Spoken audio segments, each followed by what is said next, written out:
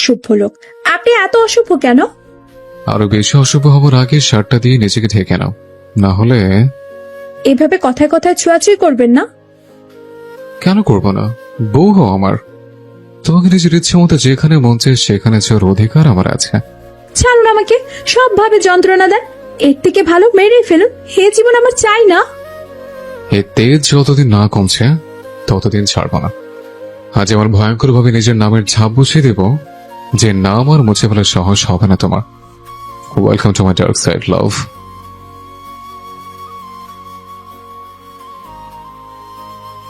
নিবৃতি রান্নাঘরের কার্নিস ধরে দাঁড়িয়ে আছে।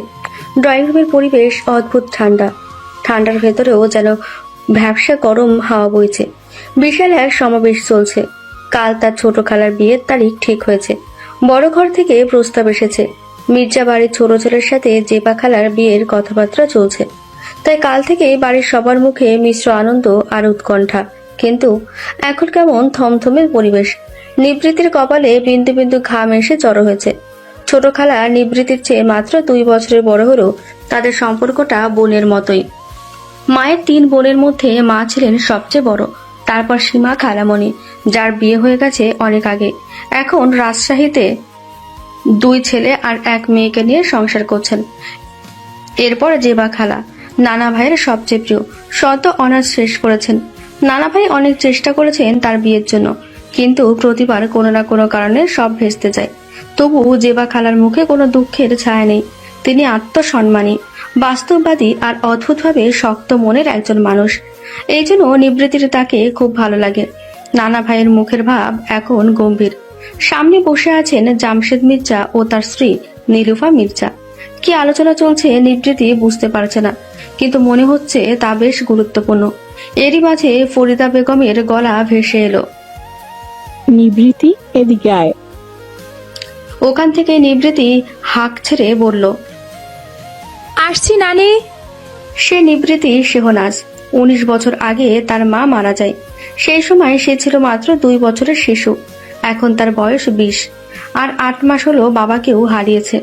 তার পরিচয় এখন এই এলাকার মানুষের কাছে অভাগী মেয়ে। এই এক নামে সবাই তাকে চেনে। নিবৃত্তির কাছে নামটা খারাপও লাগে না, নিজের সাথে একদম যায় নামটা। বাবা মারা যাওয়ার পর নানা ভাইয়ের হাত ধরে প্রথমবারের মতন এই বাড়িতে এসেছিল। কারণ মা মারা যাওয়ার পর থেকে বাবা আর কখনো নানা বাড়ির কারোর সঙ্গে যোগাযোগ রাখেননি। কেন রাখেননি সে রহস্য আজও নিবৃত্তির অজানা। কেউ কখনো বলেনি, সে জিজ্ঞেসও করতে পারেনি, কারণ তার কাছে এখনো এই বাড়ির মানুষগুলো নতুন। নিবৃত্তির বাবা ছিলেন একজন সৎ, ধার্মিক এবং কঠিন মনের মানুষ। তার প্রতি বাবার ভালোবাসা ছিল সীমাহীন। যতদিন তিনি বেঁচে ছিলেন, নিবৃত্তি বেশ যেন সত্যিকারের এক রাজকন্যা ছিল তার রাজ্যে। ভালোবাসায়, যত্নে আর নিরাপত্তার ছায়ে মোড়া এক ছোট্ট রাজকন্যা। নিবৃত্তি দরজা ঠেলে ছোট খালামণির ঘরে ঢুকলো। ঘরটা একদম অন্ধকার, পর্দা টানা। বিছানার মাথায় ঠেস দিয়ে খালা মেঝেতে বসে আছে। চোখ জোড়া জানালা ভেদ করে আকাশের দিকে নিবদ্ধ করে রেখেছে। নিবৃত্তি ধীরে ধীরে এগিয়ে গিয়ে ওর পাশে বসে নরম গলায় বলল, খালামণি, শরীর খারাপ লাগছে? ভর সন্ধ্যায় ঘর অন্ধকার করে রেখেছো কেন? ওরা কি চলে গেছে? হ্যাঁ, সবাই চলে গেছে। কিছু হয়েছে খালামণি? আমাকে বলো না। আমাকে একটু একা থাকতে দেবে? না খালামণি, তোমাকে অস্বাভাবিক লাগছে। আমি একটু থাকি তোমার কাছে। খালার গলা হঠাৎ ভারী হয়ে উঠল। চেঁচিয়ে বলল, আমি যেতে বলেছি। ওর ধমকে নিবৃত্তি কেঁপে উঠল। জেবা খালামণি এর আগে কখনো নিবৃত্তিকে ধমকে কথা বলেনি। সবসময় স্নেহের নজরে দেখেছে। যাদের কাছে মানুষ আদরের, তাদের সামান্য রূঢ় কথাও যেন বুকের ভেতর বয়ে আনে দুঃখের জোয়ার। নিবৃত্তিরও ঠিক এখন তেমন কষ্ট লাগছে। মন খারাপ নিয়ে সে ঘর থেকে বেরিয়ে এলো। ধীর পায়ে ছাদে উঠে এলো। এখানে একটা ছোট্ট চিলেকোঠা করা হয়েছে, যেটা এক কথায় নিবৃত্তির ছোট্ট দুনিয়া। এটাই তার ঘর। ছোট্ট একটা বিছানা, একটা পড়ার টেবিল, আর কোনায় পুরোনো আলমারি। বই পড়তে নিবৃত্তির ভালো লাগে। বাবা থাকতে কয়েকটি প্রিয় বই কিনে রেখেছিল। নানা যা টাকা দেন তা দিয়ে কেবল কলেজের রিক্সা ভাড়া হয়। কিন্তু এই সপ্তাহে নিবৃত্তি হেঁটে কলেজে যাচ্ছে, জমিয়ে রাখছে টাকাগুলো নতুন বই কিনবো বলে। সাথে ফেসবুকে নিজেও টুকটাক লেখালেখি করে। রাতের আকাশ আজ ভারী, মেঘ জমেছে, হয়তো বৃষ্টি নামবে। গল্পের পরবর্তী অংশ আপলোড করে ফোনটা পাশে বুট করে রাখলো। বাবার কথা খুব মনে পড়ছে। সামান্য কষ্ট পেলে তার মুখ ভেসে ওঠে। নিবৃত্তি মনে মনে ভাবে, যদি বাবা বেঁচে থাকতেন তাহলে আমার এত দুঃখ থাকতো না। আমার কেউ নেই দুনিয়াতে, যারা আছে তারা কি আমার মনের কষ্ট বোঝে? হুম, সবাই কেমন পর পর লাগে। এত বড় পৃথিবীতে আপন বলতে আমার কেউ নেই। আশ্চর্য, এত দুর্ভাগা আমি। কেন আল্লাহ আমাকে এত নিঃস্ব করে দিলেন? আমার থেকে বাবাকে আলাদা করলেন। কেন এমন ভাগ্য দিলেন যেখানে ভালোবাসা আর পরিবার নামে কোনো শব্দ নেই? নিবৃত্তির গাল বেয়ে টুপটুপ করে জল পড়ছে, বাতাসে চুলগুলো এলোমেলো হয়ে উঠছে।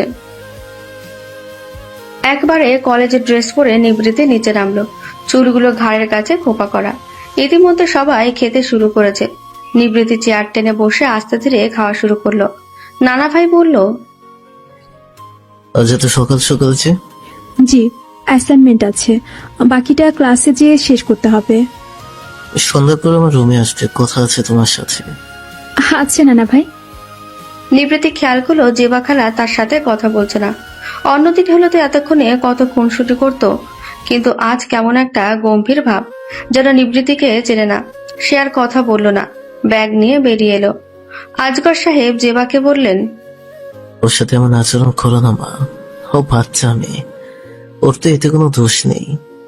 জেবা শান্ত গলায় বলল, আছে আব্বা, আর দোষটা হলো ওর রূপ। ওর এই রূপ সৌন্দর্যের জন্য আজ আমার এই অবস্থা। তুমি ওকে এই বাড়িতে না আনলে আমার সাথে এমন হতো না। কি বলছিস? মেয়েটাকে আমি ফেলে দিতাম? আমার লাবণের মেয়ে, আমার মেয়ের রক্ত বইছে ওর শরীরে, কিভাবে ফেলে আসতাম ওকে? জেবা আর কথা না বলে চুপচাপ খাওয়া ছেড়ে উঠে গেল। আজগর সাহেব দীর্ঘশ্বাস চালেন। ফরিদা বেগম কাছে এসে বললেন, তুমি কি ঠিক করেছো গো? আমাদের মেয়েটা, ওর কি হবে? আমি সব জেনে বুঝেই করেছি ফরিদা, ভরসা রাখো। নেবুকে তো আর জলে ফেলে দিতে পারি না, ও আমার রক্ত। আমি যতদিন বেঁচে আছি ও আমার দায়িত্ব। আর রইল যাবার কথা, ওর জন্য আল্লাহ ঠিক কিছু না কিছু ঠিক করে রেখেছেন। রাস্তার পার ধরে হাঁটছে নিবৃত্তি আর কানিজ। সকালে রোদটা কেমন নরম হয়ে এসেছে। নিবৃত্তি এক নাগারে কথা বলে যাচ্ছে, আর কানিজ মন দিয়ে শুনছে। মাঝে মাঝে মাথা নাড়িয়ে বিজ্ঞের মতন ভাবতে হচ্ছে। কানিজ নিবৃত্তির ছোটবেলার বন্ধু, সই, একমাত্র সুখ দুঃখের সাথী। নিবৃত্তি কাল ঘটে যাওয়া সব কাহিনী ওকে বলল। কানিজ মাথা নাড়িয়ে আবারও বিজ্ঞদের মতন একটা ভাব নিয়ে বলল, কিছু তো একটা হইছে বুঝলি, না হলে জেবা খালাপনি এমন কেন করবে? আরে আমিও তো সেটা বলছি, কিন্তু কারণটা কি? তোর কাছে তো কারণটা জিজ্ঞেস করছি আমি। আমি কিভাবে বলবো আজও? তুই যেখানে আমিও তো সেখানে। ঠিক সেই সময় পাশ দিয়ে কয়েকটা ছেলে যেতে যেতে ওদের উদ্দেশ্যে সালাম ঠুকে দিল। আসসালামু আলাইকুম ভাবি। নিবৃত্তি মাথা নিচু করে আনমনা হয়ে সালামের উত্তর করলো। ওয়ালাইকুম আসসালাম। কানিজ নিবৃত্তির বাহুতে এক গুতা মেরে ফিসফিস করে বলল, কিরে, তুই কার ভাবি হইলি?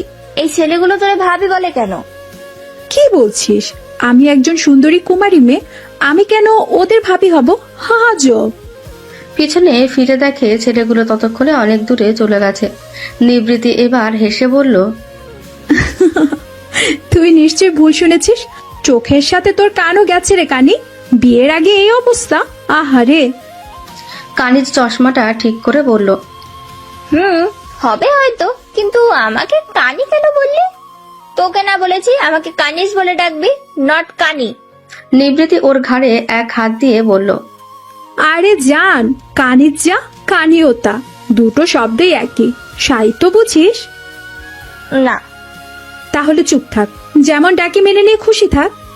টানা 3 ঘন্টার ক্লান্ত শেষে ওরা হাঁপিয়ে বের হলো। নিবৃত্তি বলল, এত বড় বড় লেকচার কে দে ভাই? কানিজ হেসে বলল, কে আবার? স্যাররাই তো দেয়। নিবৃত্তি বিরক্ত হয়ে তাকালো ওর দিকে। এই মেয়ে সবসময় নিবৃত্তির মাথা খাওয়ার জন্য তৈরি থাকে। ঠিক তখনই সামনে নিলয় স্যার এসে দাঁড়ালেন। কি ব্যাপার নিবু, ক্লাস শেষ? জি স্যার। অ্যাসাইনমেন্ট জমা দিয়েছো? জি স্যার। আমি রাতে কল দিয়েছিলাম, ধরনি কেন? সরি স্যার, ঘুমাচ্ছিলাম। আচ্ছা, এরপর কল দিলে ধরো, কেমন? জি স্যার। স্যার চলে যেতে কানিজ নিবৃত্তির দিকে তাকিয়ে মুখ টিপে হাসলো। স্যার তো পুরো হাবুডাবু পাচ্ছে তোর প্রেমে নিবু। চুপ কর, শিক্ষক বাবার সমতুল্য, পড়িসনি? ধুর বেডি, কিছু শিক্ষক তো জামাইয়ের সমান হয়। ছি, নষ্ট পিওফিল। এমন সময় পেছন থেকে ফারদিন এসে কানিজের হিজাব টেনে ধরলো। কানিজ চিৎকার করে উঠল। এই, কোন হতচ্ছাড়া আমার হিজাব ধরছিস? সামনে আয়। ফারদিন হেসে লাফিয়ে সামনে এসে বলল, আমি ধরছি, এখন কি করবে? ওদের দুজনকে ওভাবে ফেলে নিবৃত্তি ক্যান্টিনে চলে গেল। ওদের রোজকার ঝামেলা। ফারদিনের সাথে ওদের পরিচয় ছোট থেকে, এরপর একই কলেজে পড়া। ফারদিন ওদের 2 ব্যাচ সিনিয়র, মেডিকেল লাইনে পড়ছে। ওরা এখন inter second year final batch. আপাতত নিবৃত্তির ভীষণ খিদে পেয়েছে। ক্যান্টিনের ভাইটাকে বলল, রাজু ভাই, একটা কেক দিন। ভাইয়া হাসি মুখে কেক এগিয়ে দিয়ে বললেন, ভাবি, টাকা দিতে হবে না। নিবৃত্তি কপাল কুঁচকে বলল, কেন? আমার নাম ভাবি না, নিবৃত্তি, ভুলে গেলেন নাকি? রাজু ভাই হেসে বললেন, না না, কিন্তু টাকা নিলে ভাইয়া আমার খবর করে দিবে, আমি নিতে পারবো না ভাবি, জান বাঁচান ফরজ। ঠিক তখনই কানিজ আর ফারদিন এসে যোগ হলো। ফারদিন জিজ্ঞেস করলো, কি হয়েছে রে? দেখ না, রাজু ভাই টাকা নিচ্ছে না, বলছে নাকি কোন ভাই রাগ করবে। তারপর আবারও কয়েকটা ছেলে পাশ দিয়ে যেতে যেতে সালাম ঠুকলো। আসসালামু আলাইকুম ভাবি। এবার সত্যি মেজাজ বিগড়ে গেল নিবৃত্তির। সে জোরে জোরে চিৎকার করে উঠল, আরে হাজো, আমার নাম নিবৃত্তি, ভাবি না। কানিজ নিবৃত্তির হাত টেনে শান্ত করতে লাগলো। ঠান্ডা হবে স্টু, তুই এমনিতেই হট, এখন আবার গরম হলে আগ্নেয়গিরি ফাটবে। তুই দেখিস, কালই খুঁজে বের করব কে আমার নামে এই ভাবি ছাবি চালাচ্ছে। নিবৃত্তি সন্ধ্যার নাস্তা শেষ করে নানা ভাইয়ের রুমে গেল। নানা ভাই খবর পড়ছিলেন। নিবৃত্তিকে দেখে তা নামিয়ে তার বিপরীতে ইশারা করে বসতে বলেন। সে গিয়ে বসলো। নানা ভাই কিছু সময় চুপ থাকলেন, মনে হয় কথা সাজাচ্ছেন। নিবৃত্তির বুকের ভেতর ঠিপ ঠিপ শব্দ হচ্ছে, যা সে ছাড়া আর কেউ শুনতে পাচ্ছে না। নিবৃত্তি মাথা ঘুরিয়ে আশেপাশে দেখলো, নানুমণি নেই, কোথাও হয়তো রান্নাঘরে। নানা ভাই বললেন, তোমার বয়স কত জানি? নিবৃত্তি ধ্যান ভেঙে নানা ভাইয়ের দিকে তাকিয়ে উত্তর করল, জি, সামনের মাসে 21 হবে। গুড, এটাই মেয়েদের বিয়ের বয়স। এখন যদি পদক্ষেপ না নেই তাহলে পরবর্তীতে ঝামেলায় পড়তে হবে। নিবৃত্তি কথার আগামাতায় কিছু না বুঝেই তার কথায় সম্মতি দিয়ে উপর নিচ মাথা নাড়ালো। নানা ভাই বললেন, পরশু তোমার বিয়ে, সেভাবে নিজেকে প্রস্তুত করো। কথাটা কর্ণপাত হওয়া মাত্র নিবৃত্তির মাথায় যেন বাজ ভেঙে পড়ল। চোখের কোণায় পানি জমে উঠল। অবিশ্বাস্য কথা, বিয়ে এখনই কেন? সে কিছু বলার আগে নানা আবার বললেন, এটা ভেবো না যে নানা ভাই তোমাকে ভালোবাসে না বলেই বিয়ে দিচ্ছে এত তাড়াতাড়ি। নানা ভাইয়ের কিছু বাধ্যতার জন্য এই পদক্ষেপ নেওয়া। কখনো আমাকে এর কারণ জিজ্ঞেস করবে না নিপু। সময় হলে আমি নিজে থেকে তোমাকে সবটা বলবো, বুঝতে পেরেছ? নিবৃত্তি তর্ক করল না, কেননা তর্ক করা তার সাথে যায় না। সে নানা ভাইকে শ্রদ্ধা করে, ভালোবাসে। এতটুকু দিনে তার প্রতি নিবৃত্তির আলাদা টান, মায়া চলে এসেছে। আপন মানুষ সে হারাতে চায় না। সে আর কথা বলতে পারছে না, গলায় সব কথা এসে দলা পাকিয়ে যাচ্ছে। নানা ভাই ফের বললেন, ভালো থাকবে তুমি। আমার উপর আর আল্লাহ পাকের উপর ভরসা রাখো। যাও, এখন ঘরে যাও, পড়তে বসো। ওই রাতে নিবৃত্তির আর ঘুম হলো না, কিন্তু চোখের পানিতে বালিশ ভেজে জুবুথুবু হয়ে গেল। মানুষের মনে মানুষ কষ্ট দেয়, কারণ মানুষের লাগবে সে ব্যাপারে মানুষ খুব কমই ভাবে। অনেকে আবার চাই যাতে মানুষ মনে কষ্ট পায়। মানুষ নিজের মনের কষ্টগুলোর জন্য এমন মানুষদের থেকেই সহানুভূতি চায় যারা তাদেরকে কষ্ট দেয়। নিবৃত্তির ক্ষেত্রেও তাই হলো। সে আবারও বেহায়া সেজে খালামণির দুয়ারে হাজির হলো, এটা ভেবে যে এই বিপদ থেকে হয়তো খালামণি তাকে বাঁচাতে পারবে। নিবৃত্তি আস্তে করে দরজাটা খুলে ভেতরে ঢুকলো। জেবা খালামণি বিছানায় বসেছিলেন। নিবৃত্তি দরজার নকে এক হাতে ধরে রেখে উকি মেরে বলল। খালামণি ব্যস্ত? গম্ভীর গলায় তিনি বললেন। না, বল। নিবৃত্তি ভেতরে ঢুকে বলল। তুমি কি আমার উপর রেগে আছো? রাগের মতো কিছু করেছিস? তার পাল্টা প্রশ্নে নিবৃত্তি দমে গেল। মনে মনে ভাবল, হিসাব মিলছে না। আসলে হয়েছেটা কি? যে বা খালামণির হঠাৎ এমন পরিবর্তন, তারপর আমার বিয়ে। এটা কি আমার জীবন নাকি কোনো সিনেমার ট্রেলার? কাহিনীর মোড় চোখের পলকে ঘুরে যাচ্ছে। নিবৃত্তি জিজ্ঞেস করলো। তুমি জানো নানা ভাই আমার বিয়ে ঠিক করেছে? এটা জানাতে এসেছিস? বাহ, এতটা খুশি যে মাইক দিয়ে সবাইকে জানিয়ে বেড়াচ্ছিস। না, আমি চাই তুমি জানো যে আমি এই বিয়েতে রাজি না। আমি এখন বিয়ে করতে চাই না। প্লিজ খালামণি, তুমি একটু নানা ভাইকে বোঝাও, তোমার কথা উনি শুনবেন। তোর সমস্যা তুই নিজে সমাধান কর, আমাকে এর মধ্যে জড়াস না। আমি কি আমার সমস্যা নিয়ে কখনো তোর কাছে গেছি? না, আসেননি কখনো। কিন্তু আমার সমস্যা তোমরা ছাড়া আর কে দেখবে বলো? কেউ তো নেই আমার। নিবৃত্তি দেখলো জেবা খালামণির মুখটা মুহূর্তে নরম হয়ে গেল। তবুও বাহ্যিক গাম্ভীর্য ধরে রেখেই বললেন। আমার মাথা ধরেছে নিব, এখন যা ঘুমাতে দে। নিবৃত্তি আর কিছু বলল না, নীরবে রুম থেকে বেরিয়ে এলো। ছ্যাঁচড়ামি জিনিসটা তার সাথে যায় না। একবার কেউ না বলে দিলেই তার কাছে নিবৃত্তির আর ফিরে যেতে ইচ্ছে করে না। কি করব কিছুই বুঝতে পারছে না। আনমনা হয়ে সিঁড়ি বেয়ে ওপরে উঠে এলো। নিবৃত্তির রুমের দরজাটা পুরনো কাঠের, সেকালের অনুভূতি দেয়।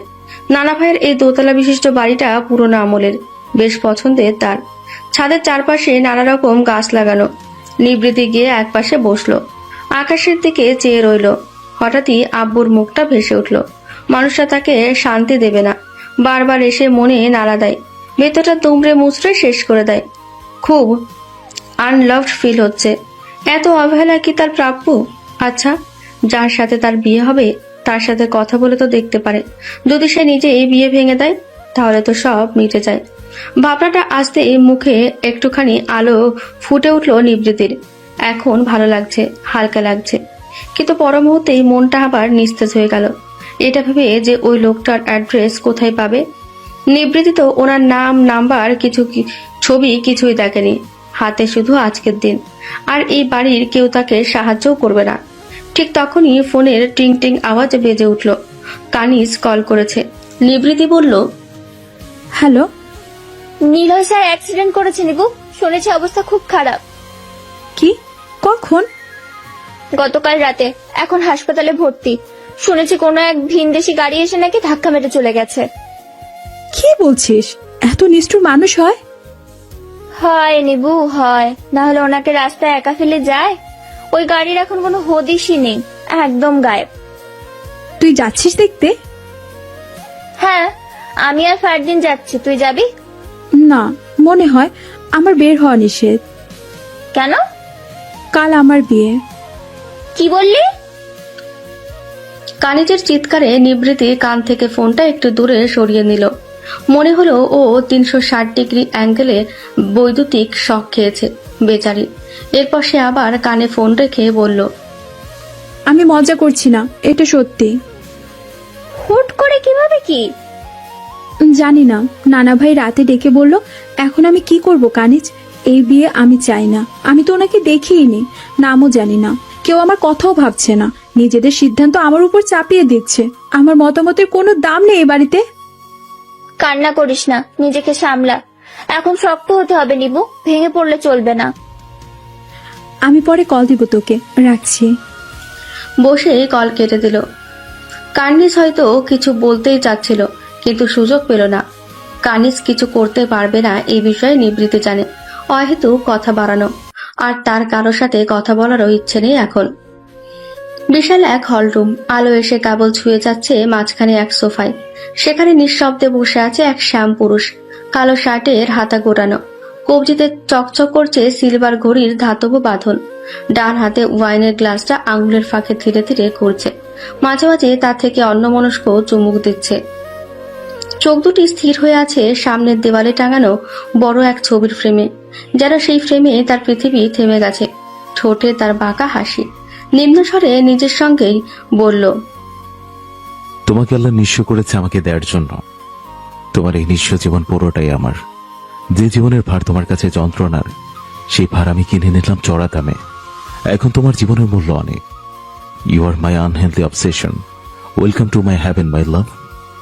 পরের দিন লাল রঙের শাড়ি জড়িয়ে নিবৃত্তি আয়নার সামনে বসে আছে। মাথার উপর সোনালী রঙের ঘোমটা। সাজ মাত্র শেষ হলো, মনটা ভারী হয়ে আছে। মনটাকে যদি সাজানো যেত, কেউ এই মনের খবর জানে না, কেউ রাখলে তো জানবে। চোখ তুলে আয়নায় নিজের মলির মুখটা দেখলো। অদ্ভুত, আজও এই মুখে সৌন্দর্য লেগে আছে। নিবৃত্তি বিরক্ত হলো, মনে মনে ভাবলো, আমি চাই আজ আমাকে অসুন্দর লাগুক, বিচ্ছিরি লাগুক, বরপক্ষ এসে যেন আমাকে দেখে উল্টো পথে ভেগে যায়। কিন্তু ভাগ্য সবসময় নিবৃত্তির ইচ্ছের উল্টো পথেই হাঁটে। আজও তাই হলো। অনিচ্ছার সত্ত্বেও চোখে মুখে এক অজানা মাধুর্য লেগে আছে। পেছন থেকে জেবা খালামণি এসে চুপচাপ আয়না ভেদ করে নিবৃত্তির দিকে তাকিয়ে রইলেন। আয়নায় তার দৃষ্টি নিবৃত্তির চোখের সাথে মিলতেই তিনি নিচু স্বরে বললেন, তুই বিয়েতে রাজি না, তাই না? নিবৃত্তি মাথা নাড়িয়ে কাপা গলায় বলল, না খালামণি, করতে চাই না আমি, প্লিজ আমাকে বাঁচাও। এক মুহূর্ত চুপ থেকে খালামণি আয়নার প্রতিফলনে নিবৃত্তির চোখে চোখ রেখে বললেন, তাহলে এপাশের দরজা দিয়ে পালিয়ে যা। নিবৃত্তি হতভম্ব হয়ে ঘুরে তাকালো। বুকের ভেতর কাঁপুনি উঠল। মনে মনে ভাবলো, পালাবো, সত্যি পালাবো। নিবৃত্তি হতভম্ব হয়ে খালামণির দিকে এখনো তাকিয়ে আছে। তিনি ধীরে ধীরে নিবৃত্তির কাছে এগিয়ে এসে বললেন, এরপর আমাকে দোষ দিতে পারবি না, আমি তো সাহায্য করতে এসেছি। সময় কম, সবাই নিচে অপেক্ষা করছে। তুই যদি এখন না যাস, পরে আর কোনো সুযোগ পাবি না। নিবৃত্তির বুকের ভেতর হৃদস্পন্দন যেন ছুড়ে চলেছে। ঠিক ভুল কোনো কিছু সিদ্ধান্ত নিতে পারছে না। সে ধীরে ধীরে উঠে দাঁড়ালো। পায়ে নুপুরের শব্দ যেন আজ বিষের মতোই বাজছে কানে। খালামণি আলতো করে ঘোমটা নামিয়ে দিলেন নিবৃত্তির মুখে। এপাশের দরজাটা খুললেই বারান্দা পড়বে, সেখান থেকে সিঁড়ি দিয়ে নিচে নামবি। পেছনের গেটটা আমি খুলে রেখেছি। নিবৃত্তি একবার আয়নায় তাকালো, নিজেকে দেখলো। লাল শাড়ি, চোখে কাজল, ঠোঁটে হালকা লিপস্টিক। এই সাজ আজ তার নিজের জন্য নয়, একটা অবাঞ্ছিত সম্পর্কের জন্য। এমন সম্পর্কও সে চায় না। সে মনে মনে ভাবলো, বিয়ে মানেই একটা ভয়ঙ্কর বন্ধন।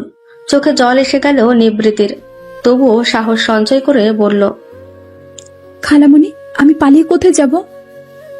কোথাও একটা গিয়ে নিজেকে লুকিয়ে ফেল। পরিস্থিতি স্বাভাবিক হলে কাল সকালে বাসায় ফিরে আসবি, বাকিটা আমি সামলে নেব। নিবৃত্তি দরজার কাছে গিয়ে একবার পেছনে ফিরে তাকালো। তার কেন যেন মনে হচ্ছে এটাই তার এই বাড়িতে শেষ থাকা। মায়া লাগছে ভীষণ। নানাকে দেখতে ইচ্ছে করছে। মনে মনে ভাবলো, আচ্ছা, একটা পার্কে লুকিয়ে গিয়ে দেখে আসবো, তারপর তিনি আমাকে মেনে নেবেন। না, এখন গেলে যদি ধরা পড়ে যায়। এরপর নিঃশব্দে দরজা ঠেলে বাইরে বেরিয়ে গেল। রাতের ঠান্ডা বাতাস নিবৃত্তির মুখে লাগতেই মনে হলো ভেতরের অস্থিরতা আরো জড়সড় হয়ে তাকে জড়িয়ে ধরেছে। সে পায়ের গতি বাড়ালো। জামশেদ মির্জা অপূর্বকে বললেন, আমি তোমাকে আবারও বলছি, বিয়ে কোনো ছেলে খেলা নয়। এটা তোমার ক্যাসিনো প্লে গ্রাউন্ড না, যে যখন ইচ্ছে হলো নিজের মতো বদল করে টাকার বিনিময়ে খেলা জিতে নিলে। শুভ কাজে ঝামেলা পাকিও না তো বাবা। এটা শুভ কাজ। বিয়ে নাম করে যে অধর্ম তুমি করতে যাচ্ছ, সেটাকে শুভ বলছো? তোমার মাঝে শিক্ষার অভাব, ভদ্রতার অভাব। আমি তোমাকে মানুষ করতে পারলাম না। তো কি আমাকে জ্যান্ত জানোয়ার মনে হচ্ছে? তোমার সামনে রক্তে মাংসে করা একজন মানুষ দাঁড়ানো, চোখে কি কম দেখো? আমি বলছি কারণ তোমার মত যে কোনো মুহূর্তেই পাল্টে যায়। মেয়েটার একুল ওকুল কেউ নেই। পরিবারহীন মেয়েটার জীবন নষ্ট করো না। এই সিদ্ধান্তের সাথে একটা মেয়ের গোটা জীবন জড়িয়ে আছে, এটা মাথায় রেখো। ও যখন ভেতরে কারসাজি জানতে পারবে, তখন কি হবে?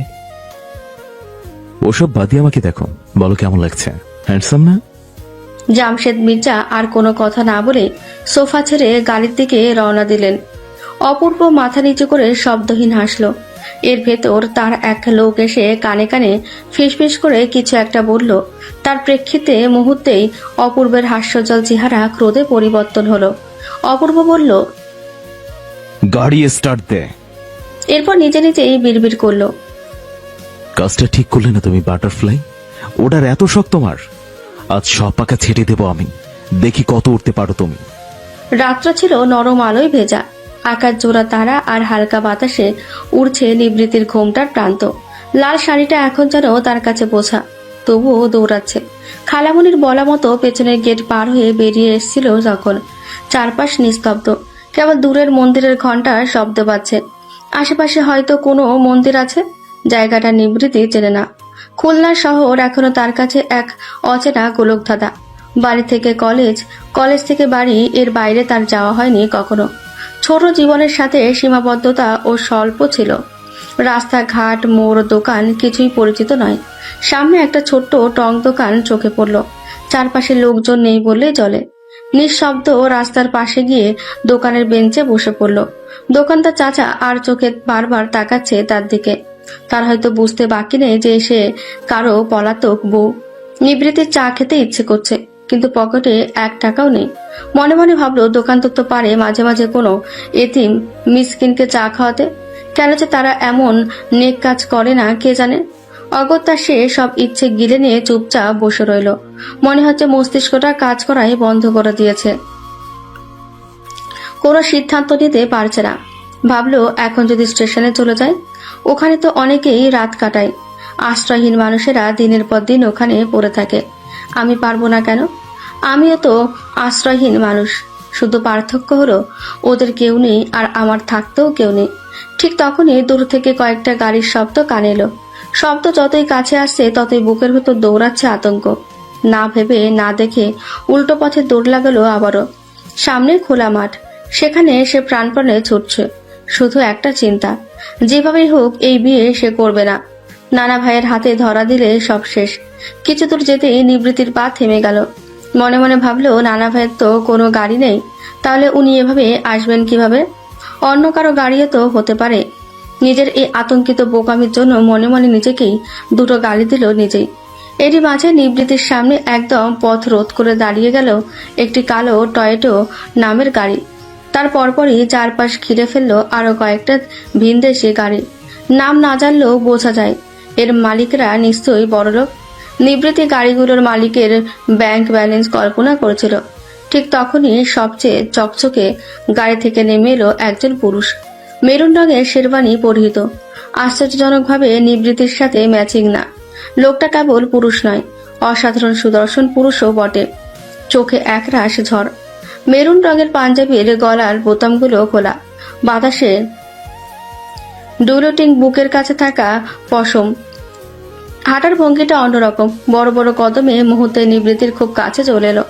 এক হাতে তার কবজি শক্ত করে ধরল, এরপর ভারী গলায় বলল, are you lost baby girl, need help? Nibriti হতবাক, তার মুখের কেমন বাঁকা হাসি। এই অচেনা লোক এমন পাগলের মতন কথা বলছে কেন? সে অবাক হয়ে ড্যাব ড্যাব চোখে তাকিয়ে রইল তার দিকে। বলল, আপনি আমার হাত ধরেছেন কেন আঙ্কেল? আমি আপনাকে চিনি না, রং নাম্বারে এসেছেন। বলে তার থেকে হাত ছাড়ানোর চেষ্টা করলো, ছটফট করতে লাগলো। লোকটার কপাল কুঁচকে গেল, হয়তো আঙ্কেল সম্বোধন শুনে। রাগান্বিত চোখ জোড়ায় যেন ঝড় নামলো। সেই চোখে এমন কিছু আছে যা এক মুহূর্তে নিবৃত্তির ভয়ের জায়গায় কাঁপন জাগিয়ে দিল। সে ধীর গলায় অদ্ভুত গাম্ভীর্য নিয়েই বলল, এই সাজে তুমি পালিয়ে যাচ্ছ? আর পালিয়ে যাচ্ছই বা কোথায়? আমার ইচ্ছের বিয়ে নয় এটা। আপনি কে? আর আপনাকে কেন বা বলবো আমি? সাদা সালোয়ার কামিজ পরা এক রমণী ধীরে ধীরে সিঁড়ি বেয়ে ওপরে উঠছে। কোমর পর্যন্ত খোলা চুল হাঁটার তালে তালে এদিক ওদিক দুলছে। সোজা উঠে গিয়ে সে থামলো এক বিশাল মাস্টার বেডরুমের সামনে। মির্জা হাউসের 2য় তলায় এই মাস্টার বেডরুমটা যেন রাজপ্রাসাদের মতন সাজানো। এরপর ধীরে ধীরে দরজাটা ঠেলে ভেতরে ঢুকলো সে। সামনের দেওয়ালে বড় করে টানানো এক পুরুষের ছবির ফ্রেমে তার কাপা হাত রাখলো।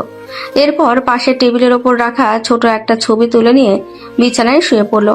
2 হাতে ছবিটা উঁচু করে চোখের ওপর ধরে মৃদু হাসলো। তার দৃষ্টি প্রেম ভরা। মনে মনে ভাবলো, কতদিন হয়ে গেল তোমার যাওয়ার, এখনো এলে না।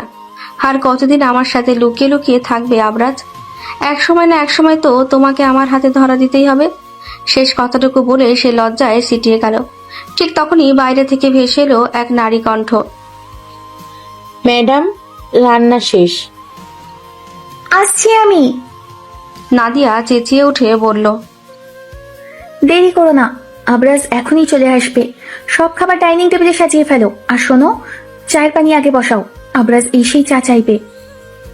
জি ম্যাডাম। রান্নাঘরে গিয়ে ময়নার মাকে বলল। বলে তাড়াহুড়ো করে কাজে লেগে গেল ময়নার মা। মির্জাবাড়ির ড্রয়িং রুমে বসে পেপার পড়ছেন শীতল বেগম। গায়ে তার লং 3 পিস জড়ানো, ওড়না শরীর পেঁচিয়ে মাথা ঢাকা, চোখে পাওয়ার চশমা। তার সমস্তটা যেন আভিজাত্যের ছোঁয়া লেগে আছে। চারিদিক শান্ত, শুধু নাদিয়ার আওয়াজ শোনা যাচ্ছে বাড়ি জুড়ে। যেদিন আবরাজ বাড়িতে আসবে শুনে সেদিনই মেয়েটা সকাল সকাল হাজির হয়। কে ওকে আবরাজ আসার খবর দেয় কে জানে। নাদিয়ার পাগলামিতে শীতল বেগম নিঃশব্দে হাসে। নাদিয়া এসে তার পাশে বসে গদগদ মুখে বলল, মামুনি, বলো না কখন আসবে তোমার ছেলে? শীতল বেগম পেপার পড়া অবস্থায় বললেন, ওর সময়ের কোনো ঠিক আছে? ধুর, আর পারছি না, তোমার ছেলেটা একেবারে বদ, আমাকে খুব জ্বালায়। শীতল বেগম আবার হাসলেন। ঠিক তখনই বাইরের গেট দিয়ে গাড়ির শব্দ ভেসে এলো। আবরাজ এসেছে। ওর গাড়ির একটা আলাদা শব্দ আছে। নাদিয়া চেনে এই শব্দ। ওর বুকের ভেতরও যেন হৃদস্পন্দন দ্বিগুণ হয়ে গেল। সে বুঝতে পারছে না কি করবে, কোথায় যাবে। মুখ লজ্জায় রাঙা। ভেতরের দরজা খোলা ছিল। আবরাজ মির্জা চেহারা সবসময়ের মতন গম্ভীর। বড় বড় পা ফেলে ভেতরে ঢুকলো সে। কিন্তু সে একা না, তার কোলে অচেতন এক মেয়ে। মেয়েটির গায়ে লাল বিয়ের লেহেঙ্গা, ঘোমটা মেঝে ছুঁয়ে পড়েছে, এক হাত ঝুলে আছে, মাথাটা ঠিক আবরারের বুক বরাবর ঠেকানো। দৃশ্যটা দেখা মাত্রই মুহূর্তেই নাদিয়ার মুখ ফ্যাকাশ হয়ে গেল, ঠোঁটের হাসি মিলিয়ে গেল। আবরাজ শান্ত গলায় বলল, আম্মা, আমার রুম কি রেডি? হ্যাঁ। শীতল বেগম উঠে দাঁড়িয়ে বললেন। আবরাজ আর কিছু না বলে সোজা ওপরে চলে গেল। নাদিয়া স্থির হয়ে দাঁড়িয়ে আছে, মনে অজস্র প্রশ্ন ঘুরপাক খাচ্ছে। কে এই মেয়ে? আবরাজ তো ওরকম ছেলে না, মেয়েদের থেকে দূরে থাকে সবসময়। তাহলে অজানা এক ভয় জেগে বসলো তার।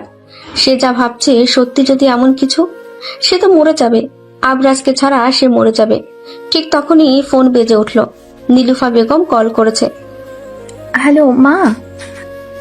তাড়াতাড়ি বাসায় আয় নাদিয়া, অপূর্বের অবস্থা ভালো না, হাসপাতালে নিতে হবে। কি বলো? ভাইয়া না বউ আনতে গেল? তুই আয়, এত কথা ফোনে বলা যাবে না। আসছি আসছি আমি। নাদিয়া কল কেটে একবার ওপরে তাকালো, তারপর ছুটে বেরিয়ে গেল তাদের বাড়ি থেকে। এদিকে আবরাজ নিবৃত্তিকে বিছানায় শুয়ে দিল। মেয়েটির মুখের ওপর এলোমেলো চুল পড়ে আছে। আলতো করে তা সরিয়ে দিয়ে ময়নার মাকে বলল, গরম পানি আনো খালা, ওর শরীরটা ক্লিন করে দিও। তারপর আমার একটা সুতির 3 পিস পরিয়ে দিও। আচ্ছা ভাইজান। ময়নার মা এই বলে যেতে নিলেই আবরাজ ওকে থামিয়ে দিয়ে বলল, আর শোনো, ওর জামার সাইজটা চেক করে আমাকে বলবে। দেখলে ইব্রাহিম ওর যা লাগে প্রয়োজনীয় জিনিস দিয়ে যাবে। আচ্ছা। শীতল বেগম বিছানার এক পাশে বসে সবকিছুই দেখছেন। তারপর নিচু গলায় বললেন, এই সেই মেয়ে? আবরাজ নিঃশব্দে মাথা নাড়ল। হ্যাঁ আম্মা, খেয়াল রাখবেন ওর। আমার একটু কাজ আছে, ফিরে এসে আপনার সাথে কথা বলবো। আচ্ছা, বললেন শীতল বেগম। আবরাজ চুপচাপ ঘর থেকে বেরিয়ে গেল। নিবৃত্তির ঠোঁট কাঁপছে। নিঃশব্দে এক ফোঁটা অশ্রু গড়িয়ে পড়ল বালিশে। শেখ বাড়িতে চলছে পিনপতন নীরবতা। আজগর সাহেব গম্ভীর ও চিন্তিত মুখে বসে আছেন সোফায়। সামনে বসা জেবা, তার পাশে ফরিদা বেগম। জেবা বলল, এখন কি করবেন আব্বা? আমার তো ভয় করছে, ওরা একদম সুবিধার না। ওকে পালিয়ে যেতে দিয়ে তুই ভালো করেছিস। এখন এই ব্যাপারটাকে সামনে ধরে আমরা হয়তো বিষয়টা সামলাতে পারবো। এই লোক কি এটা মানবে? এমন সময় বাইরে থেকে গুলির আওয়াজ পুরো শেখ বাড়ি কেঁপে উঠল। মুহূর্তের মধ্যে কয়েকজন স্যুটবুট পরা লোকজন ছুটে এসে ঘিরে ফেলল শেখ বাড়ির ড্রয়িং রুম। জেবা আতঙ্কে মায়ের পেছনে লুকিয়ে গেল। তার কাপা হাত মায়ের আঁচল আঁকড়ে ধরল শক্ত করে। ভারী পদক্ষেপে আবরাজ ধীরে ধীরে বড় বড় পা ফেলে ভেতরে এলো। এসে সে আরামে সোফায় বসলো। এক পা তুলে রাখলো অন্য পায়ের উপর। বন্দুকটা হাতের মাঝে নেড়েচেড়ে খেলা করছে। তারপর ঠান্ডা দৃষ্টিতে তাকিয়ে আজগর শেখকে ইশারা করলো। ভয় পাবেন না, বসুন। আজগর সাহেব এক ঢোক গিলে সাবধানে সামনে থাকা সোফায় বসলেন। আবরাজ জিজ্ঞেস করলো, আপনার কি মনে হয় আব্রাজ মির্জা একজন ভোদাই? এই কথা কথা কেন বলছো? আমার সামনে গুনে গুনে এক একটা টাকা পকেটে ঢুকিয়েছেন, যা চেয়েছেন তার চেয়ে দ্বিগুণ মূল্য দিয়েছে। দেয়নি? হ্যাঁ দিয়েছো। তাহলে আমার সাথে বিশ্বাসঘাতকতা কেন? আমার দোষ না বাবা, সব তোমার ভাই অপূর্ব মির্জা করেছে। আচ্ছা, আপনার হাতে কোনো হাত নেই? না, আমি ওকে নিষেধ করেছি, কিন্তু ও আমার কথা শোনেনি। আমার মেয়েকে দেখতে এসে নির্বিতের উপর নজর ফেলে, এরপর হুমকি ধামকি দিয়ে একদিনের ভেতরে বিয়ের আয়োজন করে। আবরাজ বলল, ওর ব্যবস্থা তো আমি করেছি, কিন্তু আপনারটা কি করব ভাবছে। এতটুকু বলে জেবার দিকে চাইল। ফরিদা বেগম বুঝতে পারে, দৌড়ে এসে আবরাজের হাত ধরে কেঁদে উঠলেন। না বাবা, ছেড়ে দাও, শেষবারের মতো ছেড়ে দাও, আমার মেয়ে নির্দোষ। আবরাজ হাত ছাড়িয়ে কিছু একটা ভেবে তাচ্ছিল হাসল, এরপর বলল, আমি ভাবতাম দুনিয়াতে সব খারাপ আমিই করতেছে, কিন্তু না, আমার থেকে বড় বন্ধু তো এখানে মজুদ। যাক, দেখে শুনে খুশি হলাম। তোরা নেমোখারামের গোষ্ঠী সব, আপনাদের সাথে মানুষ শব্দ যায় না। যাই হোক, এটা আমার দেখার বিষয় না। Come to the main point. শোন, যেদিন থেকে ওকে আমি কিনেছি সেদিন থেকে ওর উপর তোর সব অধিকার শেষ। আজকে শেখ, ভাগ্য তোর সহায়, না হলে বিশ্বাসঘাতকদের আবরাজ মির্জা বাঁচিয়ে রাখে না। দূরে থাকবে, আমার নজরের বাইরে থাকবে। খবরদার পড়িস না কিন্তু নজরে। শেষের কথাগুলো খুব ঝাঁঝালো কণ্ঠে বলে বেরিয়ে গেল আবরাজ। আবরাজ মির্জা শীতল মির্জা ও জুনায়েদ মির্জার অ্যাডপ্টেড সন্তান। 3 বছর বয়সে তাকে শীতল মির্জা এক এতিমখানা থেকে অ্যাডাপ্ট করে নিয়ে আসে। বিয়ের দীর্ঘ 12 বছর পরও সন্তান না হয় ভীষণ হতাশায় ভোগেন তারা। ডাক্তার দেখিয়েও কাজ হয়নি। এরপর পরিচিত এক এতিমখানা থেকে আবরাজকে নিয়ে আসে শীতল বেগম। 5 বছর আগে ব্লাড ক্যান্সারে জুনায়েদ মির্জা মারা যান। তিনি ঢাকায় 4টি গার্মেন্টস ফ্যাক্টরির এবং খুলনা 2টো গার্মেন্টস মালিক ছিলেন। তার বর্তমানে যার মালিকানায় এখন আবরাজ।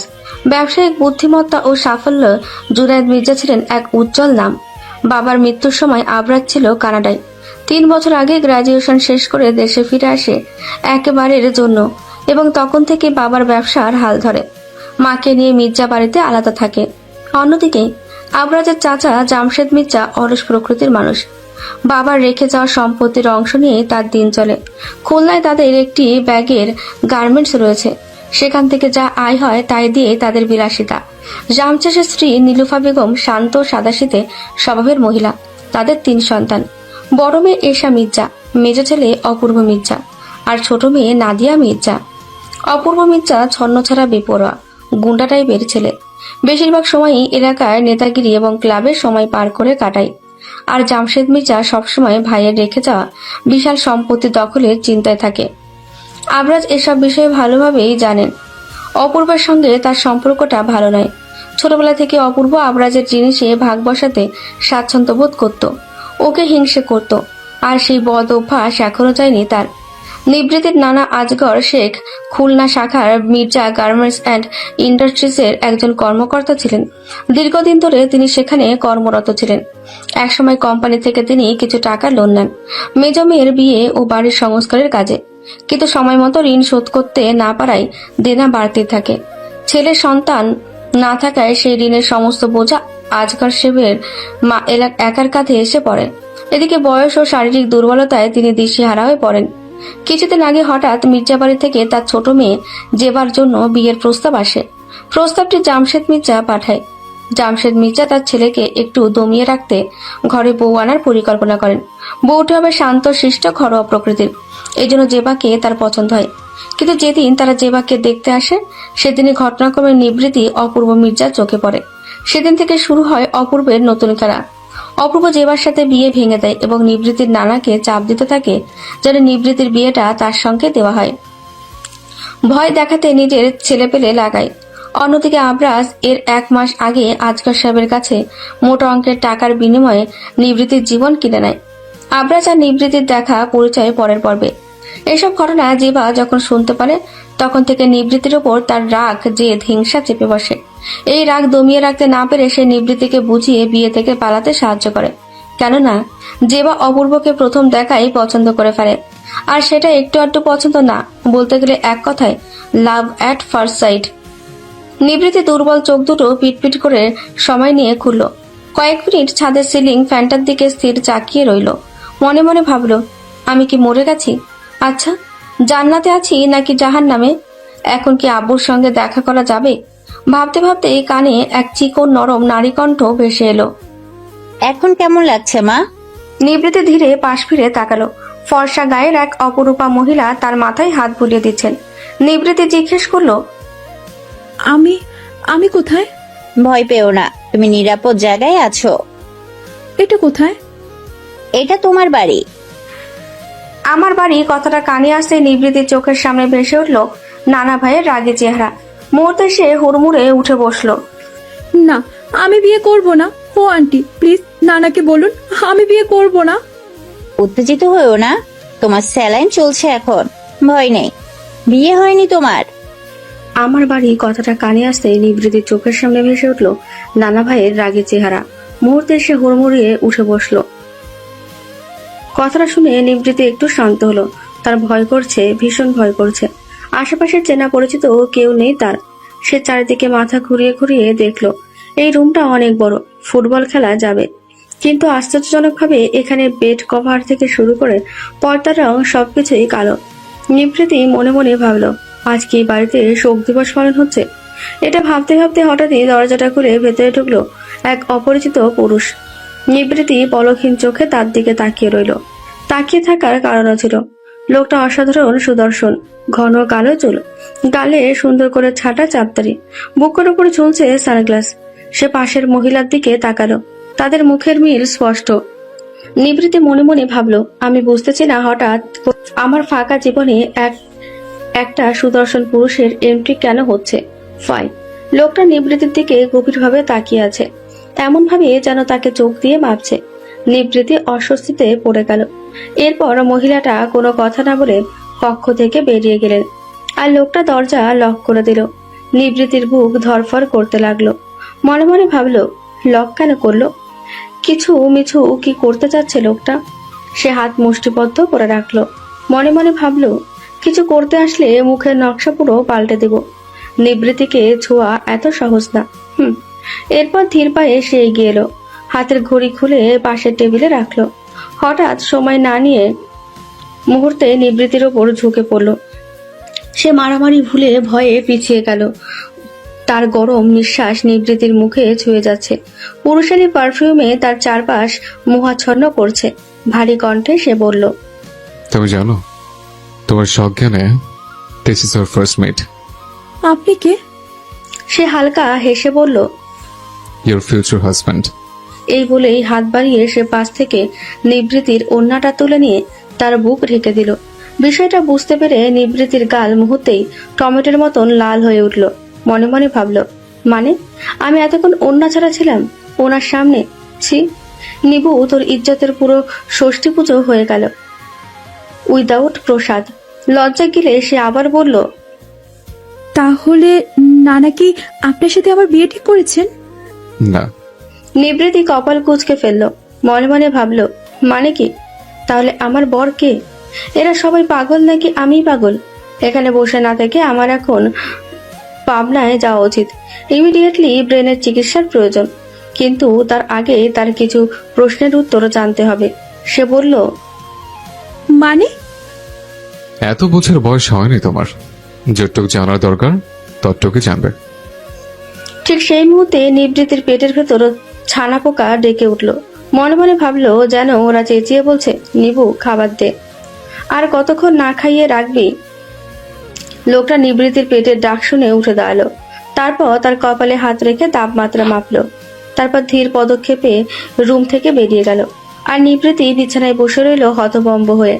10 মিনিট পর এক মহিলা এলো, সাথে হরেক রকম খাবার নিয়ে। নিবৃত্তির সামনে রেখে কিছু বলতে যাবে তার আগেই সে হামলে পড়লো খাবারের উপর। মহিলাটা হা হয়ে তাকিয়ে আছে তার দিকে, হয়তো ভাবছে সে কোনো চিড়িয়াখানা থেকে পালিয়ে আসা এক ক্ষুধার্ত হরিণী। এরপর নিবৃত্তি খেতে খেতে ওনাকে পা থেকে মাথা পর্যন্ত পর্যবেক্ষণ করে জিজ্ঞেস করলো, তোমার তো মনে হয় বয়স কম, কিন্তু আমার থেকে বেশি। হ্যাঁ, ঠিক ধরেছেন। তা তোমার নাম কি গো? ময়নার মা। এটা তো তোমার মেয়ের নাম, তোমার নাম কি? জমেলা বানু। গুড, কেউ জিজ্ঞেস করলে এটা বলবে, ঠিক আছে? হ। আমার নাম কি জিজ্ঞেস করব? কন, আপনার নাম কি? নিবৃত্তি শেহনাজ। সুন্দর না? হ, সুন্দর। আই নো, আমার বাবা রেখেছিল। ও, তা আপনার বাপ কই? আপনি এগোর কি হন? নিবৃত্তি কিছু বলতে যাবে, সে সময় নিচ থেকে শব্দ এলো, ময়নার মা এদিকে আইতো। কণ্ঠটা নিবৃত্তি চেনে, সেই সুন্দরী মহিলা ডাকছে। এক দৌড়ে ময়নার মা নিচে চলে গেল। নিবৃত্তি আবারও এই হাতিশালে একা হয়ে গেল। হাসপাতালের কেবিন রুমে শুয়ে গোঙাচ্ছে অপূর্ব।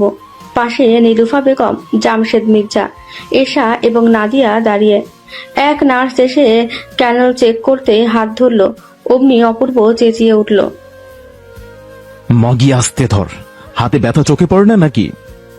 নার্সটা ভয়ে গুটিয়ে গেল। জামশেদ মির্জা নার্সকে অভয় দিয়ে তার কাজ করতে বললেন। অপূর্ব ঝাঁঝিয়ে বলল, শালা জানোয়ারের বাচ্চা, কি মনে করে ও নিজেরে? আমারে মেরে আমার শিকার নিয়ে উড়াল দেবে? ওরে কয়টা এমন টুকরো করব। বাকি কথা বলতে পারল না, মাথার সেলাইয়ে টান অনুভব করলো। নাদিয়া বিরক্ত চোখে তাকিয়ে বলল, ভাইয়া থাম প্লিজ, আগে নিজে সুস্থ হ।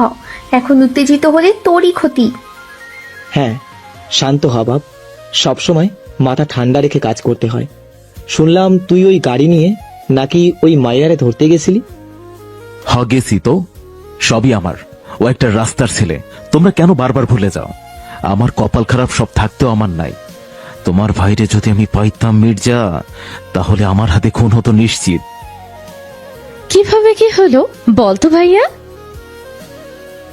আমি প্রায় নিবৃত্তিকে নিয়ে আসছিলাম, মাঝ রাস্তায় ওর গাড়ি এসে আমার রাস্তা আটকায়। এরপর আমাকে মেরে আমার বাটারফ্লাইকে নিয়ে যায়। কেডা ওরে খবর দিছে? এই টিয়ারে যদি আমি জানতে পারতাম, আমি ওরে বিনা জানাজায় কবর দিয়ে দেব। শেষের কথাটা রাগে কিটমিট করতে করতে বলল। এসে আড়ালে মুখ লুকিয়ে হেসে দিল, কারণ এই খবরটা সেই দিয়েছে আবরাজকে। এসা শান্তশিষ্ট নরম মনের মেয়ে, একদম তার মায়ের মতো। আবরাজ তার প্রাণপ্রিয় ভাই। ছোটবেলা থেকে নিজের ভাইয়ের থেকেও আবরাজের প্রতি তার আলাদা টান। আবরাজও তেমন, বন্দের সে ভালোবাসে। কিন্তু নাদিয়ার ক্ষেত্রে আবরাজের প্রতি নাদিয়ার অনুভূতি ভিন্ন। তার স্বপ্নের পুরুষ আবরাজ। বাপ ভাইয়ের ভয়ে সে মুখ ফুটে কিছু বলতে পারে না, কেননা তার বাপ ভাই আবরাজকে দেখতে পারে না। ইদানিং ঢাকার মতো খুলনাতেও এখন প্রচুর জ্যাম শুরু হয়েছে। চারপাশটা দেখলে মনে হবে যেন পুরান ঢাকা। আবরাজ বিরক্তি মিশ্রিত একটা শব্দ উচ্চারণ করলো। অফিস থেকে বাড়ি ফিরছিল সে, তখনই এশার ফোন এলো। সে বান্ধবীদের নিয়ে 300 ফিট যাবে ঘুরতে। আবরাজের গাড়িটি চাইছিল।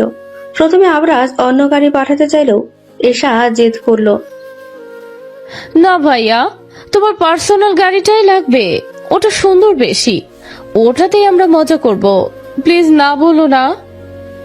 শেষ পর্যন্ত আবরাজ অগত্যা নিচে নেমে ট্যাক্সি বুক করলো এবং ড্রাইভার সহ ইব্রাহিমকে দিয়ে গাড়িটা এশার কলেজে পাঠালো। ফোনে চোখ নিবদ্ধ রেখে আবরাজ ট্যাক্সি ড্রাইভারকে বলল, মামা, আপনার গাড়িতে কি রেডিও আছে? জি আছে, চালামু সাহেব। রেডিও শব্দ কানে আসলো। তার 10 মিনিটের মাঝে এক মেয়ে এসে কাঁচা কণ্ঠে বলল, মামা যাবে সিটি হাসপাতালের সামনে? না মামা, ট্যাক্সি রিজার্ভ। চলুন না মামা, খুব প্রয়োজন। দেখেন মেয়েটার মাথা গুরুতর চোট পেয়েছে, রক্ত থামছেই না, ওকে হাসপাতালে নিতে হবে দ্রুত। ড্রাইভার এক নজর দেখলো আহত মেয়েটাকে, এরপর বলল, পেছনে সাহেব বসা, ওনারে জিগাই দেখেন, উনি যদি কয় তাইলে, নাইলে আমি পারবো না। নিভৃতি ভেতরে নজর দিয়ে তড়িঘড়ি করে আবরাজকে বলল, এক্সকিউজ মি ভাইয়া, আমাদের একটু লিফট দেন না প্লিজ, মেয়েটার অবস্থা ভালো না, এদিকে কোনো গাড়িও পাচ্ছি না, ওকে হাসপাতালে নিতে হবে, সাহায্য করুন প্লিজ। আবরাজ চোখ তুলে এক নজর ওদের অবস্থা দেখে নিবৃতির সাদা কলেজ ড্রেসে ছোপ ছোপ রক্তে মাখো মাখো হয়ে আছে। আহত মেয়েটার মাথায় এক পাশ থেকে ছুঁয়ে ছুঁয়ে রক্ত পড়ছে। ছোট মেয়েটা ব্যথা সহ্য করতে পারছে না, হেসকি তুলে কান্না করছে। আবরাজ চোখ ফিরিয়ে আবার ফোনে রাখলো। এরপর ইশারায় ওদের বসতে বলল। তারা উঠে বসলো। আতঙ্ক ভয়ে নিবৃতি তেমন খেয়াল করলো না আবরাজকে। নিবৃতি বলল, ধন্যবাদ ভাইয়া।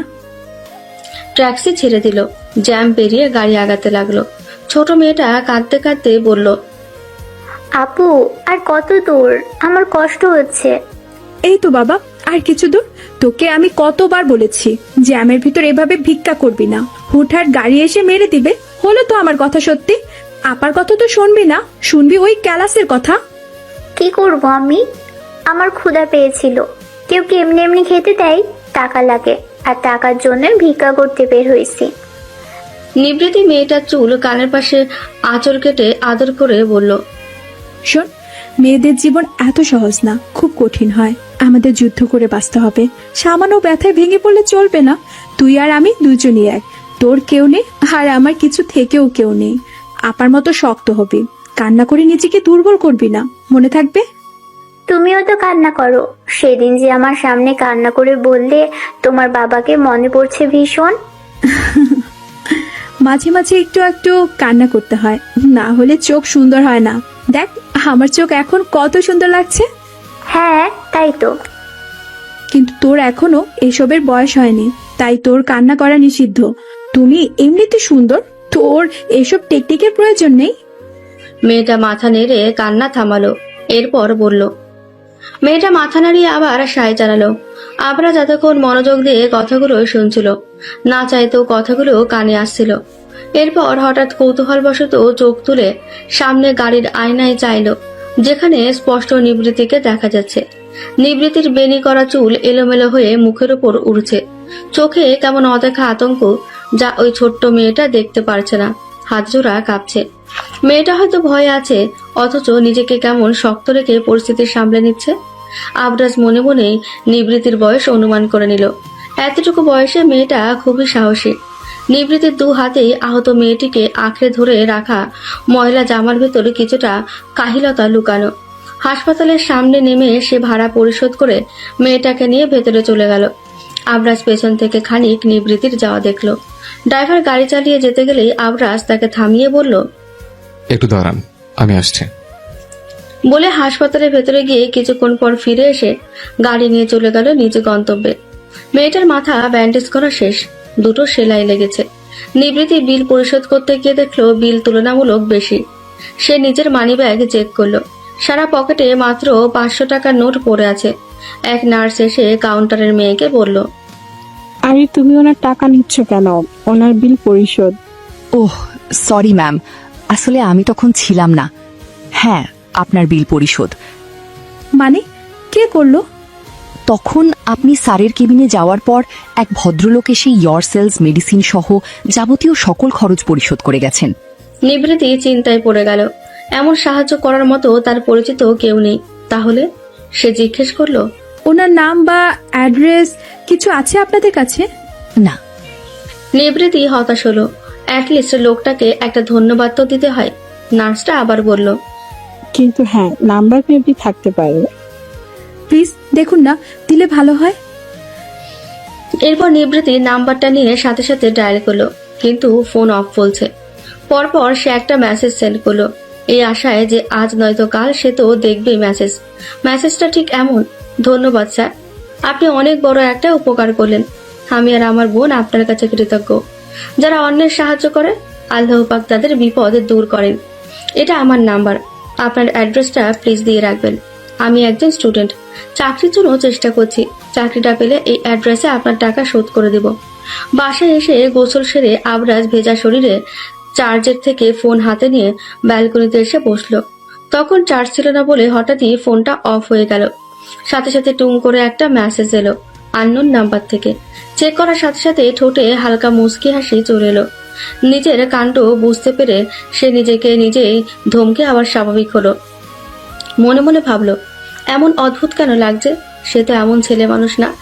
একটা অজানা মেয়ের সামান্য মেসেজে এত ভালো লাগা কেন কাজ করছে হঠাৎ করে? আবরাজ রিপ্লাই করলো, it's okay, take care of her. নিবৃতির মেসেজ এলো। আমি বেশি দেরি করব না, প্রথম মাসের বেতন দিয়ে আপনার ঋণ পরিশোধ করে দেব। আবরাজ মেসেজটা সিন করে রেখে দিল। এরপর ইব্রাহিমকে কল করে বলল, একটা মেয়ের নাম্বার দিচ্ছে, ডিটেলস বের করো। সিগারেট হাতে জানালার পাশে দাঁড়িয়ে আবরাজ অতীত কথা মনে করে হালকা হাসল। সিগারেটের ধোঁয়া ঘর ভরিয়ে নিল। সেদিন মেয়েটার ভেতর কিছু একটা দেখেছিল আবরাজ, যেটা আবরাজের শক্ত অনুভূতিকে নাড়িয়ে দিয়েছে। জি ভাই। আবরাজ না চাইতেও কোনো এক ঘোরে ডুবে গেছে। এক অজানা আসক্তি তাকে ঘিরে ধরেছে আষ্টেপৃষ্ঠে। তখনই ইব্রাহিম কক্ষে ঢুকে বলল, ভাই, ম্যামের সব প্রয়োজনীয় জিনিস বাড়িতে পাঠিয়েছি। অপূর্বের কোনো খবর? হাসপাতাল থেকে এখন বাড়িতে আছে, এর বাইরে নতুন কোনো খবর নেই। মা বেগমের কাছে এলাকার এক খাতুন এসেছিল সকালে বিচার নিয়ে, এখন ওনার বর এসেছে, আপনার সাথে দেখা করতে চান, পাঠাবো? এক বয়স্ক লোক কপালে শঙ্কার ভাঁজ দিয়ে এসে সালাম করলো। আসসালামু আলাইকুম বড় সাহেব। ওয়ালাইকুম আসসালাম, বলুন চাচা। লোকটি কাঁপতে কাঁপতে কাঁধ নামিয়ে বসলো। তারপর আকুতি ভরা গলায় বলল, বড় সাহেব, আমরা গরিব মানুষ। আমার মেয়েটা ভিকারুন্নিসা মহিলা কলেজে পড়ে। এক সপ্তাহ ধরে কলেজ যাওয়া আসার পথে অপূর্ব ভাইয়ের ছেলেপিলে দেখা হয়। ওরা ওকে অশ্লীলভাবে হয়রানি করছে। আমার মেয়ে ভয়ে কলেজে যেতে পারছে না, সামনে ওর পরীক্ষা। আমার কারো কাছে বিচার দেওয়ার সাহস নেই। মা বেগম আমাকে আপনার কাছে পাঠালেও আমার সাহায্য করেন, আমি বড় অসহায়। কথাটা শেষ করে হাউ হাউ মাউ করে কেঁদে উঠলেন ভদ্রলোক। আবরাজের চেহারা এক মুহূর্তে রক্তবর্ণ হয়ে উঠল। সে লোকটির হাত ধরে বললেন, আমার সাথে চলুন। তারপর তাকে গাড়িতে উঠিয়ে সরাসরি জামশেদ মির্জার বাড়িতে নিয়ে গেল। ড্রয়িং রুমে অপূর্ব ভাঙা হাত পায়ে বসে আরাম করে টিভি দেখছে। নাদিয়া পাশে বসে ফল কেটে খাইয়ে দিচ্ছে। আবরাজ বড় বড় পা ফেলে ভেতরে ঢুকে আরাম করে বসলো ঠিক অপূর্বর সামনে। আবরাজকে এই সময় তাদের বাড়িতে দেখে অপূর্ব অবাক হলো। মুহূর্তে রাগ চেপে বসে। নাদিয়া খুশিতে গদগদ হয়ে বলল, আবরাজ ভাই, তুমি এই সময়? আবরাজ ওদের অগ্রাহ্য করে চেঁচিয়ে বলল, এসো, পানি দে তো। এসা রান্নাঘর থেকে উকি দিল। সাথে সাথে ইব্রাহিমের সাথে চোখাচোখি হয়ে গেল, কেননা ইব্রাহিম এদিকেই তাকিয়েছিল। অপূর্ব তেড়ে উঠে বলল, তোরে আমি এই বাড়িতে আসতে নিষেধ করছি না?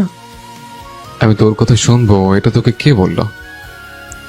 এসা এক গ্লাস শরবত এনে আবরাজের সামনে ধরল। আবরাজ গডগড করে পুরোটা খেয়ে জোরে ডাকলো, আব্দুল চাচা। লোকটা কাঁপতে কাঁপতে ভেতরে ঢুকলো। অপূর্ব কপাল ভাঁজ করে বলল, তুমি বুড়ো? আমার লোক, আমার এলাকা, আমার কাজ, এসব থেকে নিজেকে দূরে রাখবি। Mind your own business. না রাখলে কি করবি? আবরাজ উঠে এসে এক হাতে অপূর্বের কলার চেপে ধরল। এরপর কণ্ঠ ভারী করে বলল, আমাদের শত্রুতার মাঝে মেয়ে লোক ঢুকাবি না অপূর্ব। কাপড়ের সাথে ছেড়ে পারলে পুরুষ হ। আমি আগেও সাবধান করেছি তোকে, তোর ছেলে ফেরাতে শুধরে নেয়। আমি মাঠে নামলে কিন্তু একটা গাছ রাখবো না। আর তুইও শুনে রাখ, অপূর্ব মির্জা কাউকে ভয় পায় না। যে শিকার তুই আমার হাত থেকে কেড়ে নিয়েছিস, সে শিকার আমি আমার খাঁচায় এনে বন্দি করবই, আজ হোক কিংবা কাল। যা করার করে নিস। শিকার ধরার আগে নিজের দিকে তাকিয়ে দেখিস একবার। আগে নিজেতে শক্ত কর, তারপর শিকার ধরতে বের হোস। বলে আবরাজ চলে গেল। অপূর্ব রাগে কিটিমিটি করতে লাগলো। তেড়ে যেতে গেল নাদিয়া ওকে এক হাতে থামিয়ে দিয়ে বলল, আসলেই তোর মাথায় ঘিলু নেই। এই অবস্থায় তুই ওর কাছে গেলে বিনিময়ে কয়টা মার ছাড়া আর কিছুই করে আসতে পারবি না। তুই কি মজা নিচ্ছিস? একদম না, আমি বোঝাতে চাইছি যে তুই আগে সুস্থ হ, তারপর অ্যাকশন নে। গভীর রাতের প্রহর।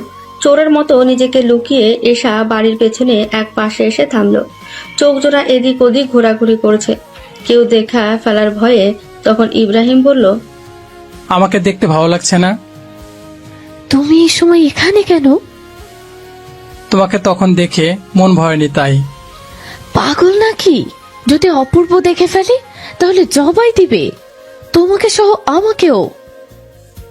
বললেই হলো, আসুক, একবার তোমাকে কিছু করতে শালাবাবুর হাত পা ভেঙে হুইল চেয়ারে বসিয়ে দিব। এশা চোখ রাঙায়, এরপর বলে, আমার খুব ভয় করছে ইব্রাহিম, শেষ পর্যন্ত আমাদের কি হবে?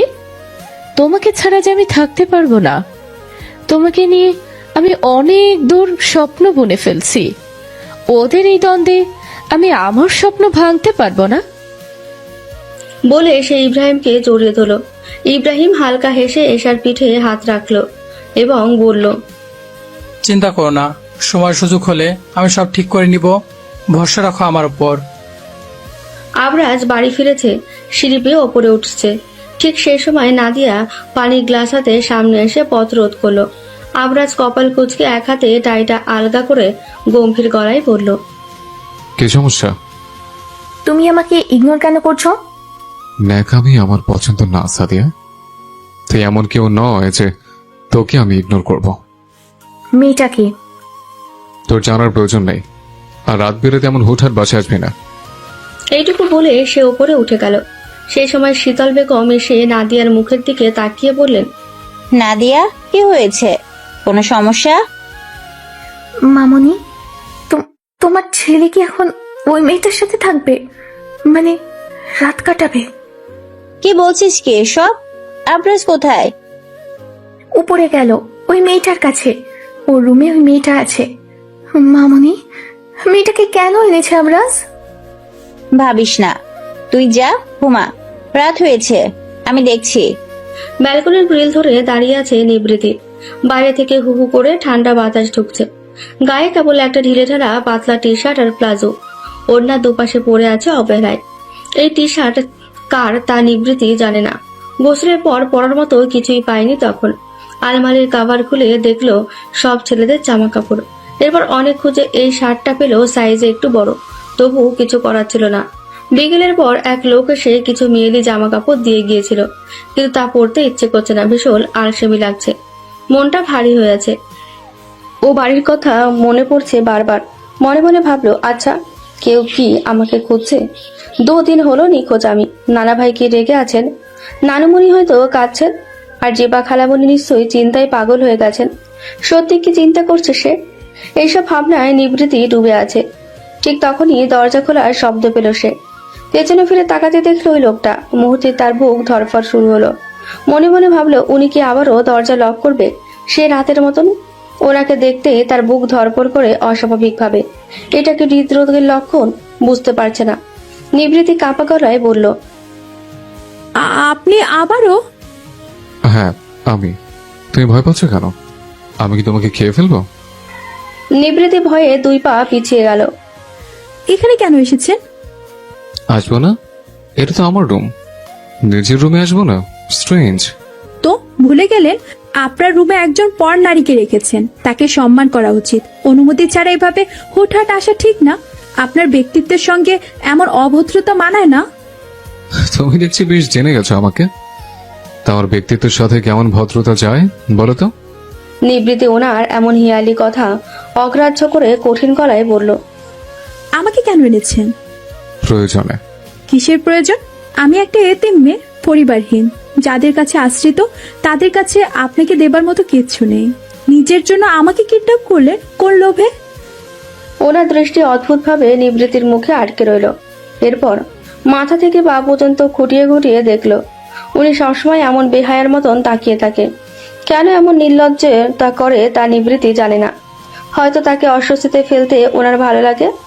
এরপর উনি বললেন, তোমার লোভে। মানে? নেহায়েতে আমি একজন অভদ্র পুরুষ, তাই এখনো তোমার অনুমতির অপেক্ষা আছে, কিন্তু কতক্ষণ ধরে রাখতে পারবো জানি না। 1 সপ্তাহের মধ্যে বিয়েতে তোমার সম্মতি চাই, যেভাবে হোক। স্ক্র্যাপস। শেষ কথাটা জোর দিয়ে বলে সে ঘর থেকে বেরিয়ে গেল। নিবৃতি নির্বিকার হয়ে ওনার গমন পথে চেয়ে রইল। মনে মনে ভাবলো, কিসের সম্মতি, কিসের বিয়ে? লোকটা যা ইচ্ছে তাই করছে। আমাকে কি তার মানুষ মনে হচ্ছে না? ইচ্ছে মতো হুটহাট আসে, অর্ধেক অর্ধেক কথা বলে চলে যায়। আমার কথা শোনার প্রয়োজন বোধ মনে করে না। অদ্ভুত প্রাণী, এনাকে তো কোনো চিড়িয়াখানায় রাখা উচিত। আবরাজ যেতে লাগলে শীতল বেগম পেছন থেকে ডাকলেন, রাজ। আবরাজ থেমে তার দিকে ফিরে বলল, বলো। ওই মেয়েটাকে তোমার রুমে কেন রেখেছো? গেস্ট রুম তো ফাঁকা। মির্জাবাড়ির বউ হিসেবে এইটুক সম্মান তো ডিজার্ভ করে নাকি আম্মা? তুমি কি তোমার সিদ্ধান্তে অটুট? ভেবেচিন্তে বলছো? কোনো সন্দেহ নেই, ও চাইলে হোক বা না চাইলে ওর আমার সাথে বিয়ে হবে, আর সেটা আগামী সপ্তাহের মধ্যে। কি বলছো এসব? এত তাড়াহুড়ো কেন? আমি চাইলে ওই দিনই সব করে ফেলতে পারতাম, কিন্তু আমি ওর সম্মতি ছাড়া হালাল কাজটা করতে চাই না। এমন হুটহাট ওর রুমে যেও না, এটা খারাপ দেখায়। আমি এমন কিছুই করছি না যেটাকে খারাপ বলা যায়। এখন রাত হয়েছে, আপনি ঘুমিয়ে পড়ুন, বাকি কথা পরে বলবো। করিডোর পেরিয়ে চলে গেল আবরাজ চুপচাপ। সকালের মিষ্টি রোদ এসে ছুঁয়ে দিচ্ছে নিবৃত্তির চোখে মুখে। কপাল কুঁচকে চোখের উপর এক হাত রেখে পিট করে তাকালো সে। ঘড়িতে 10:30 বাজে। নিবৃত্তি মনে মনে ভাবল, এখনই কেন সূর্য মামার এমন তেজি হতে হলো? একটু ধীরে সুস্থে উঠতে পারে না নাকি? সে আড়মোড়া ভেঙে ধীরে উঠে বসলো। ঠিক তখনই জমেলা বানু নাস্তা হাতে রুমে ঢুকলেন। জমেলা বানু বলল, আপা উঠছেন? মনে হয়। নেন, খাইয়ে নেন। আরো আগে আসতাম, কিন্তু ভাইজান নিষেধ করলো, কইলো আরো পরে যাও আপা, ঘুমায়। নিবৃত্তি পাউরুটি মুখে নিয়ে খেতে খেতে বলল, আচ্ছা, তোমার ভাইজান কি জাদু জানে? কেন? সবসময় অতি গোপন খবর কিভাবে পেয়ে যায় সে? জানি না। এ কি, আপনি ব্রাশ করলেন না? কি দরকার, আগে খেয়ে নি তারপর করবো। একই তো কথা, শুধু আগে পরের পার্থক্য। তার এমন লজিক শুনে ময়নার মা নিবৃত্তির দিকে হা হয়ে তাকিয়ে রইল। হয়তো ভাবছে তার ভাইজান এমন এক উটকো মেয়েকে ঘরে কেন এনে রাখলো। নিবৃত্তি জিজ্ঞেস করলো, তোমার কাছে ফোন আছে? আছে। আমাকে দাও তো। না আপা, আপনারে দিতে পারবো না। কেন? এর বিনিময়ে টাকা দিব, কিন্তু এখন না, চাকরি করলে তখন দিব। ভাইজান এবাড়ির সব ফোনে রেড সিগন্যাল কইরা দিছে। কেন? জানি না। তুমি তো দেখছি কিছুই জানো না। খালা নামের কলঙ্ক তুমি। অন্য খালাদের থেকে শেখো, বুঝছো কিভাবে ওরা একজনের খবর আরেকজনের কাছে এনে দেয়। আমি কূটনীতি পারি না আপা। ভালো কাজ কেউ শিখতে চায় না। তুমি কি তাহলে আমার একটা সাহায্য করবে? সাহায্য কন কেন? আদেশ করেন। আজ রাতে এখান থেকে পালাতে আমাকে সাহায্য করবে? জমেলা বানু অবাক হয়ে বলল, কি? আপা একথা মুখে নিয়েন না, ভাইজান জানলে আমারে কবর দিবে। আমি জানলে তো তোমার ভাইজান জানবে। ভয় পেও না, কেউ জানবে না, সবাই জানবে আমি একা পালিয়েছি। আপনি ভাইজান রে চেনেন না, কোনো খবরই ধারে ডেঙ্গায় যাইতে পারে না। বাড়ির চারপাশে সিকিউরিটি দেওয়া, আপনি কেমনে কি করবেন ধরা পড়বেন নিশ্চিত। নিবৃত্তি হতাশ হলো, কি করবে বুঝতে পারছে না। এই বন্দি জীবন সে চায় না। প্রতিটি মেয়ে চায় খোলা আকাশের মতো নিজেকে মেলে ধরতে। তার স্বপ্ন ও ইচ্ছে, এরপর কি হবে? নিবৃত্তি মনে মনে বলল, যে করেই হোক আমাকে পালাতেই হবে। সময় সুযোগ বুঝে আমি ঠিক পালিয়ে যাব। নিবৃত্তিকে বন্দি করা এত সহজ না মিস্টার আবরাজ। ভুল জায়গায় ঢিল মেরেছেন। আমি ওসব অসহায় মেয়েদের মতো না। এত সহজে আমাকে নিয়ন্ত্রণ করা যাবে না। দরজা খুলে সকাল সকাল এক অপরিচিত নারীকে দেখে এশার কপালে ভাঁজ পড়ল। মেয়েটাকে চেনা চেনা লাগছে, কিন্তু তেমন করে চিনতে পারছে না। চেহারাটা কোথায় যেন দেখেছে সে। এশা জিজ্ঞেস করলো, জি, আপনি কে? আসসালামু আলাইকুম, আমি জারিনারা জেবা। ওয়ালাইকুম আসসালাম, ভেতরে আসুন প্লিজ। হাতের ফল মিষ্টির ব্যাগ কাজের মেয়েকে দিয়ে সোফায় বসলো জেবা। এরপর ধীরে ধীরে নিজের পরিচয় দিল। এশা এখন চিনতে পারল, অপূর্বের সঙ্গে যার বিয়ে ঠিক হয়েছিল সেই মেয়েটাই জেবা। জেবা বলল, অপূর্বের কি অবস্থা? তিনি কি এখন অসুস্থ? এশা জেবার ইনডাইরেক্টলি দেখা করার ইচ্ছাটা বুঝতে পারল। সে বলল, উপরে আছে, যান দেখে আসেন। জেবার মুখে মুহূর্তেই হাসি ফুটল। সে আর দেরি না করে ছুটে গেল উপরে, যেন এই কথার অপেক্ষায় ছিল এতক্ষণ। ততক্ষণে নীলিফা বেগম ড্রয়িং রুমে এলেন এবং জিজ্ঞেস করলেন, কে ছিল? যে বাবু। কি? ওই মেয়ের এখানে কি কাজ? অপূর্বর সাথে দেখা করতে এসছে। আর তুই যেতে দিলি? তো কি করতে বলছো? অসুস্থ মানুষকে দেখতে আসছে, আর তাকে আমি বলবো না দেখা করা যাবে না, আপনি চলে যান? যার সাথে বিয়ে ভেঙেছে তার সাথে দেখা সাক্ষাৎ করা, এসব লোকে কি বলবে? আহ থামো তো মা, তুমি আর তোমার লোকের কথা। বিরক্ত গলায় বলে এশা রুমে চলে গেল। ওদিকে দরজায় টোকা দিতেই ভেতর থেকে পুরুষালী কণ্ঠ এলো। আসো। জেবা এগিয়ে এসে ফুলের বুকেটা বাড়িয়ে দিয়ে বলল, কেমন আছো এখন? অপূর্ব ফিরে যেয়ে গম্ভীর গলায় বলল, তুমি এখানে কেন? তোমাকে দেখতে এলাম। কেন আসা যাবে না বুঝি? যাবে, বসো। জেবা মাথা ঘুরিয়ে এক নজর রুমটা দেখলো। দেওয়ালে বিভিন্ন স্পোর্টসম্যানের ছবি টানানো। সে এক সিট আলা গোল প্রকৃতির সোফায় বসলো। কিছুক্ষণ নীরবতার পর অপূর্ব বলল, তুমি একা এসেছ? কেউ কিছু বলেনি? না, কাউকে বলে আসিনি। অপূর্ব কিছুক্ষণ নীরব থেকে আবার বলল, সরি জেবা, কিন্তু আমার কিছু করার নেই। I love Nipriti, I can force myself. কথাটা বলে জেবার বুকের ভেতর কেমন অসহ্যনীয় যন্ত্রণা শুরু হলো। সে মাথা নিচু করে মৃদু হেসে বলল, আমি জানি জোর করে অনুভূতি আনা যায় না, কিন্তু আমি কি করব? তোমার জন্য মনটা ছটফট করে। তোমাকে মনে পড়লে নিজেকে আর ধরে রাখতে পারি না অপূর্ব। বিশ্বাস করো, আমি নিজের কত বুঝিয়েছি, কিন্তু ফলাফল শূন্য। 2 দিনের পরিচয় একটা মানুষ আমার হৃদয়ে এতটা জায়গা করে নিয়ে থাকবে আমি বুঝতে পারিনি। অপূর্ব জেবার মুখের দিকে তাকিয়ে আছে। নিজের ভেতর একটা অচেনা অস্থিরতা কাজ করছে। কেন জানি তার খুব খারাপ লাগছে জেবার এমন পরিস্থিতি দেখে। সে মনে মনে ভাবলো, আচ্ছা, জেবা যতটা ভালোবাসে ততটা কি অপূর্ব নিবৃত্তিকে ভালোবাসে? সন্দেহ হচ্ছে অপূর্বর। নিজের অনুভূতির ওপর ভীষণ সন্দেহ হচ্ছে। অপূর্ব বলল, দেখো, জীবনটা এমন ভাসিয়ে দিলে চললে তো হবে না, তোমাকে এগিয়ে যেতে হবে। তুমি গুণবতী একটা মেয়ে, যে কাউকে পেয়ে যাবে। Focus on your self. আমার ভাগের ভালোবাসায় তুমি এমন ভাবে মিশেছ যেন প্রতিটি বৃষ্টি মিলছে, শোনা যায় তোমার স্পন্দন। একটা একটা জিনিস কি জানো, আমরা যখন পরিস্থিতি বদলাতে পারি না তখন নিজেকে বদলানোর সিদ্ধান্ত নিই। আমিও তেমনই হয়ে যাব। অপূর্ব চোখ জোড়া বন্ধ করে নিল। এই প্রথম কাউকে কষ্ট দিয়ে নিজেকে জঘন্য মনে হচ্ছে। সে তো ভালো মানুষ না, তাহলে কেন তার ভেতর অনুশোচনা কাজ করবে? এমন তো অনেক মেয়ে এলো তার জীবনে, কই এমন অনুভূতি তো নাড়া দেয়নি তার মাঝে। অপূর্ব উঠে বলল, নিচে চলো, মার সাথে দেখা করে যাও। জেবা ব্যাগ হাতে নিয়ে বলল, ইটস ওকে, আমি চলে যাচ্ছি। তোমার অস্বস্তি হচ্ছে আমি বুঝতে পারছি। জেবা বেরিয়ে গেল। অপূর্ব চেয়ে রইল। নাদিয়া রুমে ঢুকে বলল, ও এখানে কি করে? অপূর্ব কথা বলে না, নিচুপ। নাদিয়া আবার বলল, যাই হোক শোন, একটা খবর জানিস? কি? আবরাজ সামনের সপ্তাহে বিয়ে করছে ওই মেয়েকে। কথাটা কর্ণপাত হতেই অপূর্বর চোয়াল শক্ত হয়ে উঠল। সে বলল, কে বলেছে তোকে?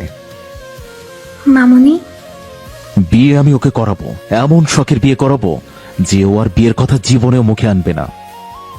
নাদিয়া অপূর্বর ঘাড়ে হাত রেখে বলল, ওর কিছু করিস না, ওর দোষ না, সব দোষ ওই মেয়েটার।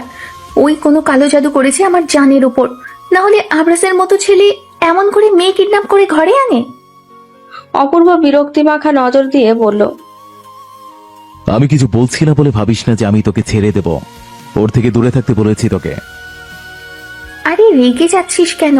যেটা সত্যি সেটাই বললাম। ওই মেয়ের সাথে তোর একবার বিয়ে হলেই দেখবি সব ঠিক হয়ে গেছে। আবরাজ আর কিচ্ছু করতে পারবে না। তোর সব কিছু কবুল পর্যন্ত নিতে হবে, বুঝলি? আমি তোর সাথেই আছি। বিকেল গড়িয়েছে। নিবৃত্তি রুম জুড়ে পায়চারি করছে আর বুদ্ধি খুঁজছে কিভাবে এখান থেকে পালানো যায়। কিন্তু সবসময়ের মতন তার মস্তিষ্ক তার সাথে বেইমানি করলো।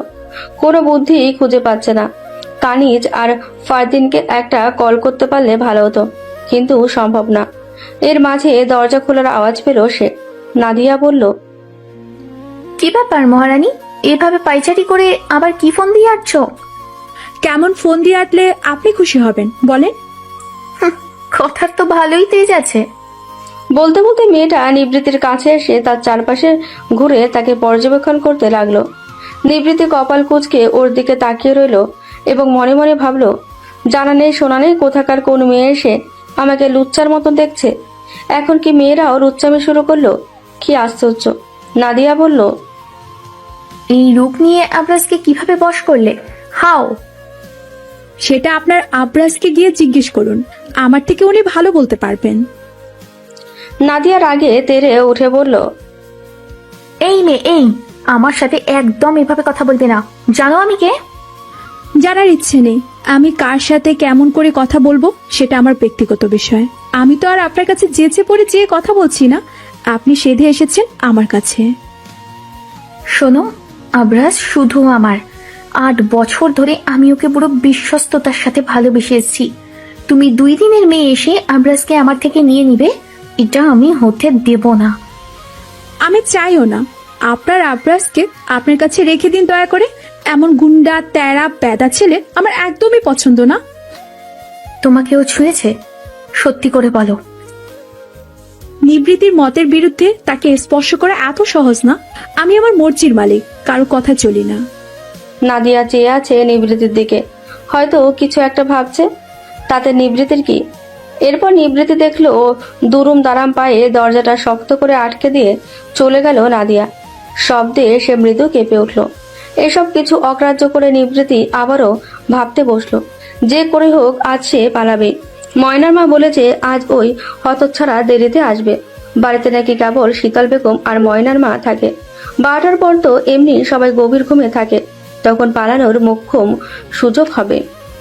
অপূর্বর চেনা এক ছেলে এসে বলল, ওইদিকে সব ঠিকঠাক ভাই, আপনি যেমন বলেছেন। সময়ের হেরফের করা যাবে না, বুঝলি? কাজী খবর দে। আচ্ছা ভাই। শাড়ি চুরি গহনা সব রেডি রাখ। আমার বাটারফ্লাইকে খালি মুখে আমি দেখতে চাই না। বতুবিশে তাকে একদম অপসরা লাগে, চোখ ধা দিয়ে যায় আমার। সেদিন এক নজর দেখে বুকের ভিতর কি ঝড়টাই না তুলে দিল। আচ্ছা ভাই। ছেলেটা চলে গেল রুম থেকে। রাকিব বলল, তোর কি মনে হয় এবার তুই সাকসেস হবি? নিজের সর্বোচ্চ চেষ্টা করব, ওকে জিতে নিয়ে আসবো। বাটারফ্লাই শুধু আমার, অপূর্ব ছাড়াও কারো না। আমার না হলে আমি ওর অস্তিত্ব বিলীন করে দেব, তবুও কারো হতে দেব না। বাবা, এতটা পজিটিভনেস এই প্রথম দেখলাম তোর ভেতর। অপূর্ব মনে মনে বলল, আর মাত্র কিছু সময়, এরপর তুমি শুধু আমার হবে। Just wait for me butterfly.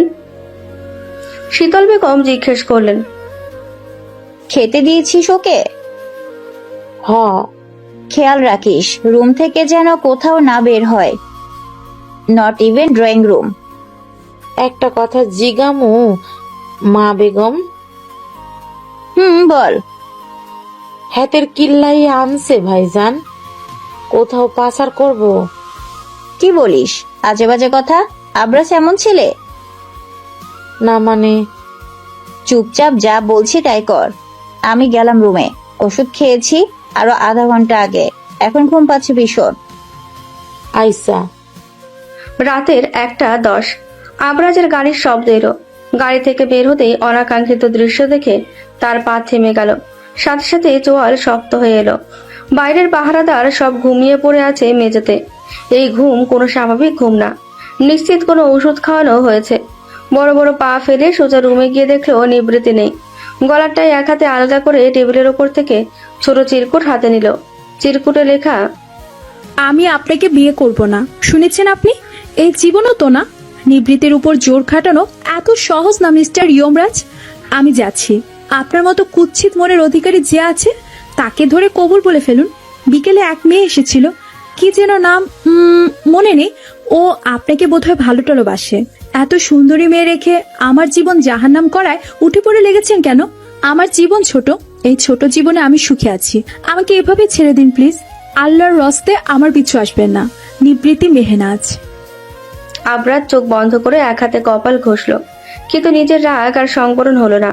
তখন ইব্রাহিমের কল এলো। ভাই, সব রাস্তা ব্লক করে দিয়েছি। ম্যামের বাড়ির দিকে রাস্তার লোক দাঁড়ানো, আশা করছি পেয়ে যাব। আবরাজ কলটা কেটে দিল। পরক্ষণে পাশের দেওয়ালে প্রচন্ড শক্তিতে 2 মুষ্টি আঘাত করলো। একবার দুবার। দেওয়ালে রক্তের ছোপ পড়ে গেল। হাত বেয়ে টপ টপ করে রক্ত ঝরছে তার, কিন্তু শরীরে কোনো ব্যথা নেই। চোখ দুটো এখন রক্তবর্ণ। ঠোঁট চেপে ফিসফিস করে বলল, আমার থেকে ছাড় পাওয়া অত সহজ না নিবৃত্তি শেহরাজ। আবরাজ মির্জাকে এখন তুমি হারে হারে টের পাবে। মানুষের রূপটা তোমার সহ্য হলো না, দেখি অমানুষের রূপটা কতটুকু ধরে রাখতে পারো। দরজায় ঠক ঠক আওয়াজে কানিজের ঘুম ছুটে গেল। এই ভোর রাতে কে আসবে ভাবতে ভাবতে সে দরজা খুলে দেখলো নিবৃত্তি দাঁড়িয়ে। মেয়েটার হাত পা কাঁপছে হয়তো ভয়ে। কানিজ আতঙ্কিত গলায় বলল, কিরে তুই এই সময় এখানে? পানি দে একটু। কানিজ দু হাতে আগলে তাকে ভেতরে নিয়ে নিজের রুমে বসালো। এরপর পানি দিল। পুরোটা পানি এক ঢোকে গিলে নিয়ে নিবৃত্তি নিজেকে শান্ত করার চেষ্টা করলো। কানিজ তার পাশে বসে বলল, এতদিন কোথায় ছিলি আর এখনই বা কোথা থেকে এলি? নিবৃত্তি ধীরে ধীরে ঘটে যাওয়া সব কাহিনী বলল। শুনে কানিজ বলল, অথচ নানা আমাদের বলেছে তোর বিয়ে হয়ে গেছে, তুই এখন গুলশানের স্বামী সংসার নিয়ে ব্যস্ত আছিস। আমরা যেন তোকে বিরক্ত না করি। কি নানা আমাকে খোঁজ করছে না? না, ওনারা তো খুব ভালো আছে। আমি আর ফারদিন গিয়েছিলাম তোর খোঁজে, তখন দেখলাম। নিবৃত্তির মনটা মুহূর্তেই বিষণ্ণ হয়ে উঠল। সে মনে মনে ভাবলো, নানা এমন কথা কেন বলবে? আমাকে কেন কেউ খুঁজছে না? মনে হাজারটা প্রশ্ন। নানাকে গিয়ে জিজ্ঞেস করতে হবে, একমাত্র সেই এত প্রশ্নের উত্তর দিতে পারবে। কিন্তু এখন না, এখন রাস্তায় ওনার চেলাপেলা ঘুরঘুর করছে। কাল সকালে যেতে হবে। কানিজ বলল, অত ভাবিস না, আমি আছি তোর সাথে। এখন ঘুমা, কাল সকালে আমরাও বাড়িতে যাব, কেমন? নিবৃত্তি মাথা নাড়িয়ে সায় দিল। সকালবেলা কানিজের চেঁচামেচিতে নিবৃত্তির সুন্দর স্বপ্নটা ভেঙে গেল। পিটপিট করে এক চোখ খুলে সে দেখলো কানিজের ভয়ার্ত মুখখানা। ওর এমন অবস্থা দেখে মুহূর্তে নিবৃত্তির ঘুম ছুটে গেল। সে তড়িঘড়ি করে উঠে বসলো এবং জিজ্ঞেস করলো, কি হয়েছে তোর? বসার রুমে চল, কারা যেন এসেছে। কারা আসবে? তোদের বাসায় নিশ্চয়ই পরিচিত কেউই হবে। না ভাই, তারা তোর খোঁজে এসেছে। কি? আমাকে খুঁজতে এসেছে আর তুই আমাকে এদের সামনে যাওয়ার জন্য ডেকে তুলেছিস? বাহ, দারুণ বুদ্ধি কানিজ। আরে দুটো ছেলে এসেছে, তার ভিতর একজন বলল সে শুধু তোর সাথে কথা বলবে আর কিছু না। নিবৃত্তি ভাবতে লাগলো, ইয়মরাজ হলে সাধারণত স্যুট বুট পরা লোকজন নিয়ে মিশন জমিয়ে ঝামেলা পাকাতো, তবে এবার কে হতে পারে? কানিজ বলল, কিরে চল। বসার রুমে ঢুকে যা দেখলো তাতে কানিজ ও নিবৃত্তির মাথায় যেন আকাশ ভেঙে পড়লো। আঙ্কেল আন্টিকে চেয়ারবন্দি করে রাখা হয়েছে। কানিজ ছুটে তাদের কাছে এগোতে গেলেই রাকিব এক হাতে ওকে টেনে ধরে বাধা দিল। কানিজ চেঁচালো, আমার আব্বু আম্মুকে কেন বেঁধে রেখেছেন? ছাড়ুন আমাকে। বেশি চেঁচামেচি করলে তোমাকেও এইভাবে বেঁধে রাখবো। সোফায় দুপা ছড়িয়ে বসে আছে অপূর্ব। নিবৃত্তি ওনাকে চেনে, উনি সেদিন রাতের ওই অপরিচিত লোক। নিবৃত্তি বলল, আপনি আপনি কি সেই লোক? সে অদ্ভুত এক হাসি দিয়ে এক হাত বাড়িয়ে বলল, Apurba Mirza, nice to meet you butterfly. আপনি কেন এসেছেন আর তাদের কেনই বা বেঁধে রেখেছেন? আমার দোষ না, মাল হেব্বি চেঁচাচ্ছিল তাই বেঁধে রেখেছি। ভালো করেছি না বলো? ওনাদের ছেড়ে দিন। কি চাই আপনার? তোমাকে। কপাল কুঁচকে উঠল নিবৃত্তির। সে শান্তভাবে বলল, মানে? বুঝলে না, আমার সাথে চলো, বুঝিয়ে দেব। তারপর সে নিবৃত্তির হাত শক্ত করে ধরে টেনে নিয়ে যেতে লাগলো। পেছন থেকে কানিজ নিবৃত্তির নাম ধরে চেঁচামেচি করতেই রাকিব ওর মুখ চেপে ধরল এবং বলল, এই মেয়ে, বলেছি না গরুর মতো চেঁচাবে না, ওদের কাজ ওদের করতে দাও। কানিজ গরম চোখে তাকিয়ে রাগে এক কামড় বসিয়ে দেয় রাকিবের হাতে। সে ব্যথা পেয়ে হাত সরিয়ে নিল। এরপর হাত ঝাড়তে ঝাড়তে বলল, are you mad or what? এভাবে কেউ কামড় দেয়? কানিজ ততক্ষণে ওর আব্বু আম্মুর দড়ি খুলে মুক্ত করার চেষ্টা করছে। সে বলল, বেশ করেছি, পরবর্তীতে আমার সাথে লাগতে আসলে এমন ভয়ঙ্কর ভাবে কামড়ে দেব যে আর হাত ঝরার মতো অবস্থায় থাকবেন না, অসভ্য লোক। অপূর্ব গাড়ি থেকে চিৎকার করে ডাক দিল, শালা তুই কি শ্বশুর বাড়ি এসেছিস? তাড়াতাড়ি গাড়িতে ওঠ। রাকিব আহত হাত অন্য হাতে চেপে ধরে পা বাড়িয়ে গাড়ির দিকে এগোচ্ছে। এর ভেতর ওকে ডিঙিয়ে কানিজ ছুটে গিয়ে গাড়িতে উঠে বসলো। রাকিব হতবাক হয়ে গেল। সে গিয়ে গাড়ির দরজা ধরে বলল, তুমি কেন এসেছো? তোমাকে তো নিতে আসিনি, বের হও। কেন বের হব? আমার বেস্ট ফ্রেন্ড যেখানে আমিও সেখানে। অপূর্ব একটু তীব্র হয়ে বলল। আরে শালা, এত কথা না বলে তাড়াতাড়ি ওঠ। রাকিব কানিজকে চোখ গরম দিয়ে গাড়ির সামনের সিটে উঠে বসলো। অপূর্ব তাদের গার্মেন্টস ফ্যাক্টরির ছোট একটি বেসমেন্টে দুজনকে রাখলো। দুপুরের পরে কাজে এলো। নিবৃত্তিকে বধূ সাজিয়ে বের করলো, কিছুটা জোর করেই। কানিজকে বেঁধে রাখা হয়েছে, মেয়েটা বাধা দিচ্ছে সব কাজে। রাকিব ভীষণ বিরক্ত, মন চাচ্ছে ছাটিয়ে দুটো চর বসিয়ে দিতে, কিন্তু পাচ্ছে না। মেয়েটা ভীষণ কিউট, একদম বাচ্চাদের মতন দেখতে। মারতে গেলে রাকিবের আর হাত ওঠে না, তার মন গলে যায়। মেরুন রঙের শাড়ি, মাথায় ঘোমটা, মুখে তেমন কোনো মেকআপ নেই বললে চলে। নিবৃত্তির সাদা মেটা চেহারায় তাকে অপূর্ব লাগছে। অপূর্ব স্থির চোখে নিবৃত্তির দিকে তাকিয়ে আছে, তার চোখে এক অনৈতিক আকাঙ্ক্ষা। এরই মাঝে অপূর্বর ফোন বেজে উঠল। কথা বলতে বলতে সে বাইরে গেল। কিছুক্ষণ পর এক হাতের ইশারায় রাকিবকে নিজের কাছে ডেকে নিল। এই সুযোগে নিবৃত্তি ধীর পায়ে গিয়ে কানিজের বাঁধন খুলে দিল। পেছনের গেটে পাহারা নেই। নিবৃত্তি এখানে আসা মাত্র সব খেয়াল করেছে। প্রতিটা সময় পালানোর বুদ্ধি খুঁজেছে সে। ওরা পেছনের দরজা দিয়ে বেরিয়ে গেল নিঃশব্দে। অপূর্ব ফোনে কথা বলতে বলতে পেছনে ফিরে এক নজর চাইতে দেখলো মেঝেতে নিবৃত্তির ঘোমটা পড়ে আছে। সে ক্ষিপ্ত হয়ে বলল, ফাক, রাকিব গাড়ি বের কর। নিবৃত্তি আর কানিজ প্রাণপণে দৌড়াচ্ছে লম্বা এক নির্জন রাস্তা ধরে। দু হাতে শাড়ি সামলে টান দিয়ে ওপরে তুলে নিয়েছে নিবৃত্তি, যেন পা জড়িয়ে না যায়। বুকের ভেতর ধরপড় করছে, নিঃশ্বাস যেন গলায় আটকে গেছে। হাঁপাতে হাঁপাতে মাঝপথে থেমে গেল নিবৃত্তি আর কানিজ। হাঁটুতে হাত রেখে অর্ধনমিত হয়ে জোরে জোরে শ্বাস নিল তারা। আশেপাশে পুলিশের গাড়ির সাইরেনের আওয়াজ আসছে। মাথা ছিমছিম করছে নিবৃত্তির। নিজের ওপর বিরক্ত হয়ে নিচু স্বরে কানিজকে সে বলল, আমাকে মাফ করে দে, আমার জন্য তোর এমন পরিস্থিতিতে পড়তে হলো। আই এম সরি রে। ইটস ওকে, আমরা বেস্ট ফ্রেন্ড ইয়ার। তোর সমস্যা মানে আমার সমস্যা, আমরা একসাথে লড়বো। এমন সময় দূর থেকে একটা কালো প্রাইভেট কার আসতে দেখলো তারা। হেডলাইটের আলো ক্রমশ কাছে আসছে।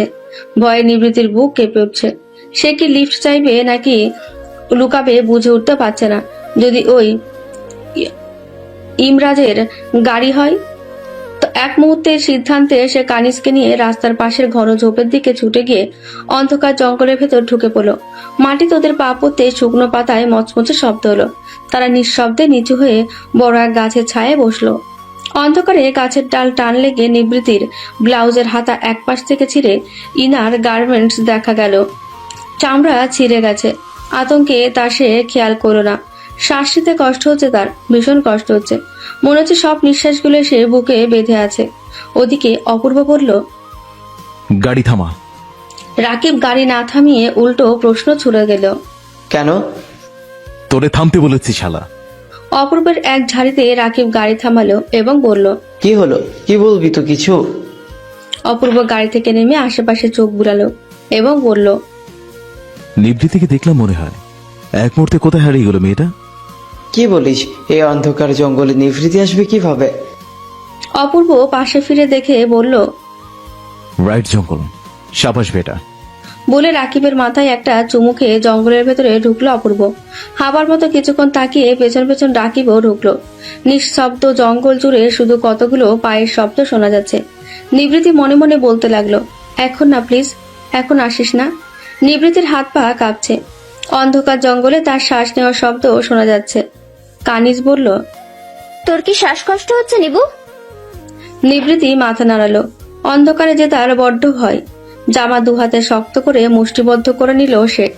কানিজ তাকে জড়িয়ে রেখেছে এবং বলল, ভয় পাস না, আমি আছি। কয়েকজোড়া পায়ের শব্দ শোনা যাচ্ছে। নিবৃত্তির ভয়ে শরীর ঘেমে উঠেছে। এর ভেতর হঠাৎ টর্চ লাইটের তীব্র আলো এসে পড়ল ওদের মুখে। নিবৃত্তি হাত তুলে চোখ ঢাকলো, তারপর সাবধানে আঙুল ফাঁক করে উকি দিল সামনে কে দাঁড়িয়ে আছে তা দেখতে। মুহূর্তেই তার বুকের ভেতর একটা শীতল ভয় ছড়িয়ে গেল। যদি এখানকার দস্যুদের হাতে পড়ে তবে বেঁচে ফেরার সম্ভাবনা শূন্য। নিবৃত্তি একা থাকলে হয়তো এত ভাবতো না, কিন্তু কানিজ, তার জন্য কানিজের কোনো ক্ষতি হোক এটা সে চায় না। অপরদিকে আবার নিবৃত্তির শ্বাসকষ্ট হচ্ছে। সে মনে মনে ভাবলো, এখনই কেন ভাই? তোদের পরে এন্ট্রি নিলে কি এমন ক্ষতি হতো? লোকটা ধীরে ধীরে নিবৃত্তির দিকে এগিয়ে আসছে। পা নাড়াতে চাইলেও শরীরে আর শক্তি নেই তার। একসময় সে নিবৃত্তির একদম কাছে এসে থামলো। হাঁটু ভেঙে এক পায়ে বসে পড়লো নিবৃত্তির সামনে। তারপর শান্ত স্বরে বলল। Missed me butterfly. নিবৃত্তি এই আওয়াজ চেনে, এটা তার পরিচিত। সে চোখে হালকা ঝাপসা দেখছে, ভাঙা গলায় বলল, ছেড়ে দিন। রাকিব কানিজকে টেনে নিবৃত্তির থেকে সরিয়ে নিল। এক নাগারে কানিজ চেঁচিয়ে যাচ্ছে। এটার আশায় যদি কেউ এই আওয়াজ শুনে তাদেরকে বাঁচাতে আসে। অপূর্ব ধীরে ধীরে হাত বাড়িয়ে দিল নিবৃত্তির দিকে। তার দৃষ্টি অদ্ভুত। নিবৃত্তি ভয় পেয়ে মুখ অন্যদিকে ফিরিয়ে বলল, আমাকে স্পর্শ করবেন না প্লিজ। নিবৃত্তি অনুভব করলো অপূর্বের হাতটা তার গালে এসে থেমে গেছে। কোনো ছোঁয়া না পেয়ে সে চোখ তুলে চাইল, দেখলো আবরাজের শক্ত হাত অপূর্বের কবজি চেপে ধরে আছে। পরের মুহূর্তে এক ঝটকায় অপূর্বকে মাটিতে ফেলে আবরাজ তার মুখে ঘুষির পর ঘুষি মারছে। প্রতিটি আঘাতে অপূর্বের শরীর কেঁপে উঠছে, মুখ থেকে রক্ত ছিটকে পড়ছে মেঝেতে। নিবৃত্তির শ্বাসকষ্ট বাড়ছে ধীরে ধীরে, নিজেকে নিয়ন্ত্রণে রাখতে পারছে না সে। কণ্ঠ কাঁপতে কাঁপতে নিবৃত্তি অর্ধগলায় বলল, আবরাজ প্লিজ, মারামারি করবেন না। আবরাজ শুনল না। তার হাতের গতি যেন বাড়ল। চারপাশে কয়েকজন সুটবুট পরা লোক দাঁড়িয়ে। লোকগুলো এমন হ্যাবলার মতো দাঁড়িয়ে আছে কেন, এদের না থামিয়ে? তা নিবৃত্তি বুঝল না। পাশে রাকিব চেঁচিয়ে বলছে, আবরাজ থাম প্লিজ, ও মরে যাবে। সুটবুট পরা লোকগুলো ওই রাকিবকে আটকে রেখেছে। কানিজ এসে নিবৃত্তিকে ধরল। নিবৃত্তি দুর্বল শরীর নিয়ে উঠে দাঁড়ালো। কোন রকমের শক্তি সঞ্চয় করে কাঁপা কাঁপা হাতে আবরাজের শার্ট টেনে ধরল সে এবং বলল, প্লিজ ওনাকে মারবেন না। আমি আমি নিবৃত্তি বাকি কথা শেষ করতে পারল না। সে ঢলে পড়ল মেঝেতে, নাকি কারো গায়ে তা সে জানে না। মনে নেই কিছুই, কিন্তু কারো আওয়াজ তার কানে আসছিল। সে স্পষ্ট শুনছিল কেউ চেঁচিয়ে তাকে ডাকছে। হেই নিবৃত্তি। আবরাজ হাতের আঙুল দ্বারা তাকে ডাকতে লাগলো। এরপর চেঁচিয়ে বলল, ইব্রাহিম, গাড়ি নিয়ে আয় জলদি। নিবৃত্তি অচেতন অবস্থায় বেঁচে থাকার জন্য জোরে জোরে শ্বাস টানছে।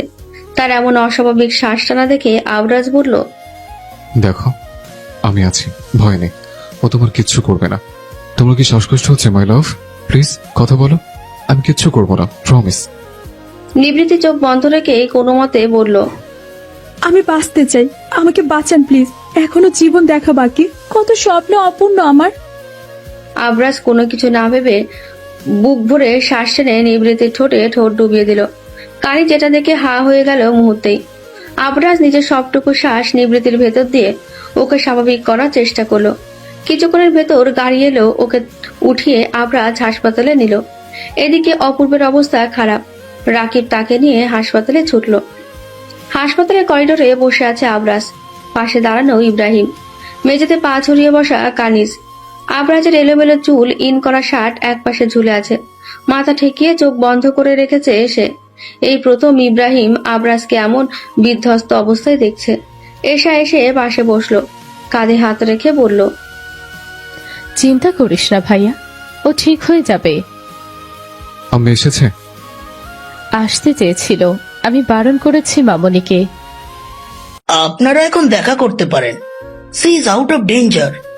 একে তো শ্বাসকষ্ট রোগী, তার উপর অতিরিক্ত ভয়ে অ্যাংজাইটি অ্যাটাক হয়েছে। ঠিক সময় না আনলে হয়তো কোমায় চলে যেত। ডাক্তার এসে বললেন, তুই যে একটু দেখে আয়, আমি গেলে হয়তো ভয় পাবে। আবরাজ এশাকে বলল। এশা মাথা নাড়িয়ে ভেতরে গেল, সাথে কানিজও ঢুকলো। নিবৃত্তি মাথা ঢুকিয়ে দেখলো একটা অপরিচিত মেয়ে এসে তার পাশে বসলো। কানিজ তার অপর পাশে। কানিজের নাক মুখ ফুলে গেছে কাঁদতে কাঁদতে। এশা নিবৃত্তির হাত আলতো করে ধরে বলল, চিন্তা করো না, তুমি ঠিক আছো। নিবৃত্তি মুখের অক্সিজেন মাস্কটা সরিয়ে বলল, আপনি কে? ধরে নাও তোমার আপন কেউ। আপন কেউ কথাটা শোনা মাত্র নিবৃত্তির চোখে পানি এসে ভিড় জমালো। আপন বলতে তার কেউ নেই। নিবৃত্তির শেহেনাজের পৃথিবী শূন্য। কেউ তাকে দেখতে আসবে এটা সে কল্পনাও করে না। নিবৃত্তি জিজ্ঞেস করলো, তুমি কি ইয়মরাজের বোন? হ্যাঁ, ধরতে পেরেছো তাহলে। তোমার অসুস্থতার খবর কেন কাউকে বলনি নিবৃত্তি? কেউ একজন আমাকে বলেছিল নিজের সমস্যা নিজেকে সমাধান করতে। আর তাছাড়া আমরা আমাদের সমস্যার কথা কাছের মানুষদের বলি। আমার কাছের মানুষ বলতে কানিজ ছাড়া কেউ নেই আপু। শেষের কথাটা কানিজের দিকে চেয়ে বলল নিবৃত্তি। পর মুহূর্তে কানিজের হাউমাউ কান্নার শব্দ রুম জুড়ে বেজে উঠল। মেয়েটা এত কান্না করতে পারে এশা বলল, কে বলেছে নেই? আমি আছি, এরপর আমাকে বলবে, কেমন? এসবও নিবৃত্তির মাথায় হাত বুলিয়ে দিচ্ছে। নিবৃত্তির ভালো লাগছে, কেমন জানি আপন আপন লাগছে। ভালোবাসার কাঙালিনী এই নিবৃত্তি নরম কথায় ফেসে যায় বারবার। ভালোবাসায় একটু যত্ন দিয়ে তাকে মুহূর্তেই বসে আনা যায়, এই স্বভাবটাকে সে ঘৃণা করে। দরজার ওপাশে আবরাজ দাঁড়িয়ে, দরজাটা হালকা ফাঁকা করা ছিল। কথাগুলো শুনে সে গটগট পায়ে বাইরে চলে গেল। 2 দিন পর নিবৃত্তিকে ডিসচার্জ করা হলো। জমেলা বানুকে তার সমস্ত কিছু দায়িত্ব রাখা হলো। অপূর্ব এখনো হাসপাতালে অ্যাডমিট, বারবার রেগে মেগে ছুটে যাচ্ছে। জামশেদ মির্জা আবার টেনে টেনে ধরে এনে শুইয়ে দিচ্ছেন এবং বলছেন, এমন করিস না বাপ, নিজেকে শক্ত কর আগে। নিজেরও কি মনে করে? পাওয়ার দেখে পাওয়ার। আমি ওর পাওয়ারের গোষ্ঠী কেলাই। নাদিয়া খিটমিটে হয়ে দাঁড়িয়ে আছে, রাগে তার শরীরে জমে গেছে। জমেলা বানু নিবৃত্তিকে খাইয়ে মাত্র বের হলো রুম থেকে। নিবৃত্তি মাথা ঠেকিয়ে সিলিং ফ্যানের দিকে তাকিয়ে আছে, চোখের কার্নিশ বেয়ে ফোঁটা ফোঁটা পানি পড়ছে। পালিও বা কোথায় যেত সে? তার তো যাওয়ার জায়গা নেই। মানুষ মূলত অযত্নে কবি হয়, আর তারপর নিঃস্বার্থতার বাসর। সেই মুহূর্তে দরজা ঠেলে একজন রুমে এলো। শব্দে নিবৃত্তি কেঁপে উঠল। কি জানি কি হয়েছে, ইদানিং ছোট ছোট আওয়াজে বড্ড ভয় হয় তার। অন্ধকার রুমে হালকা আলো সে আবরাজকে দেখলো। নিবৃত্তি বলল, আপনি? কেমন আছো দেখতে এলাম। মরে যায়নি, মরে গেলে নিশ্চয়ই খুশি হতেন। মরতে দিলে তো তোমার মৃত্যু নেই অন্তত পক্ষে, আমি যতদিন বেঁচে আছি। নিবৃত্তি গায়ের চাদর সরিয়ে উঠে তার কাছে গিয়ে সামনাসামনি দাঁড়িয়ে বলল, আমি আপনার কোনো ক্ষতি করিনি। করেছি বলুন? আমি এর আগে কখনো আপনাকে দেখিনি পর্যন্ত, তাহলে কিসের এত ক্ষোভ আমার উপর? আর ইউ শিওর তুমি আমাকে দেখোনি, আমার ক্ষতি করনি? না। মিথ্যা, তুমি অনেক বড় ক্ষতি করেছো আমার, আর সেই ক্ষতিপূরণের জন্য আজ তুমি এখানে। কি বলছেন এসব? ছেড়ে দিন আমাকে, আল্লাহর দোহাই লাগে। আমার নানা আমার অপেক্ষায়। আবরাজ তার ছেলের হাসি দিয়ে বলল, তুমি কি শিওর যে তোমার অপেক্ষায় আদৌ তারা থাকবে? মানে? সত্যি শোনার সাহস আছে মিস নিবৃত্তি সেনাজ? খেয়ালি না করে সরাসরি বলুন, আমি শুনতে চাই। তোমার নানা তোমাকে বিক্রি করেছে আমার কাছে 15 কোটির বিনিময়ে। কথাটা শোনা মতো নিবৃত্তির দুনিয়াটা যেন থমকে গেল। সে এক পা পিছিয়ে গেল, হাত বাড়িয়ে পাশে স্ট্যান্ড ধরলো। মনে হচ্ছে শরীরের শক্তি কমে গেছে। আবরাজ এক পা এগিয়ে এসেও আবার আগের জায়গায় ফিরে দাঁড়ালো। নিবৃত্তি মনে মনে বলল, মিথ্যা, এটা কিভাবে সম্ভব? আমার নানা, আমার মায়ের বাবা এমনটা কিভাবে করতে পারে? আমি তার মেয়ের রক্ত। আবরাজ বলল, তোমার মা তার অবৈধ সন্তান বলেই হয়তো পেরেছে।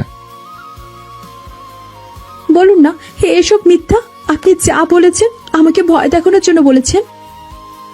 আবরাজ নিবৃত্তির দিক থেকে মুখ ফিরিয়ে নিয়ে বলল, আবরাজ মির্জার কাউকে বসে আনতে মিথ্যার আশ্রয় নিতে হয় না।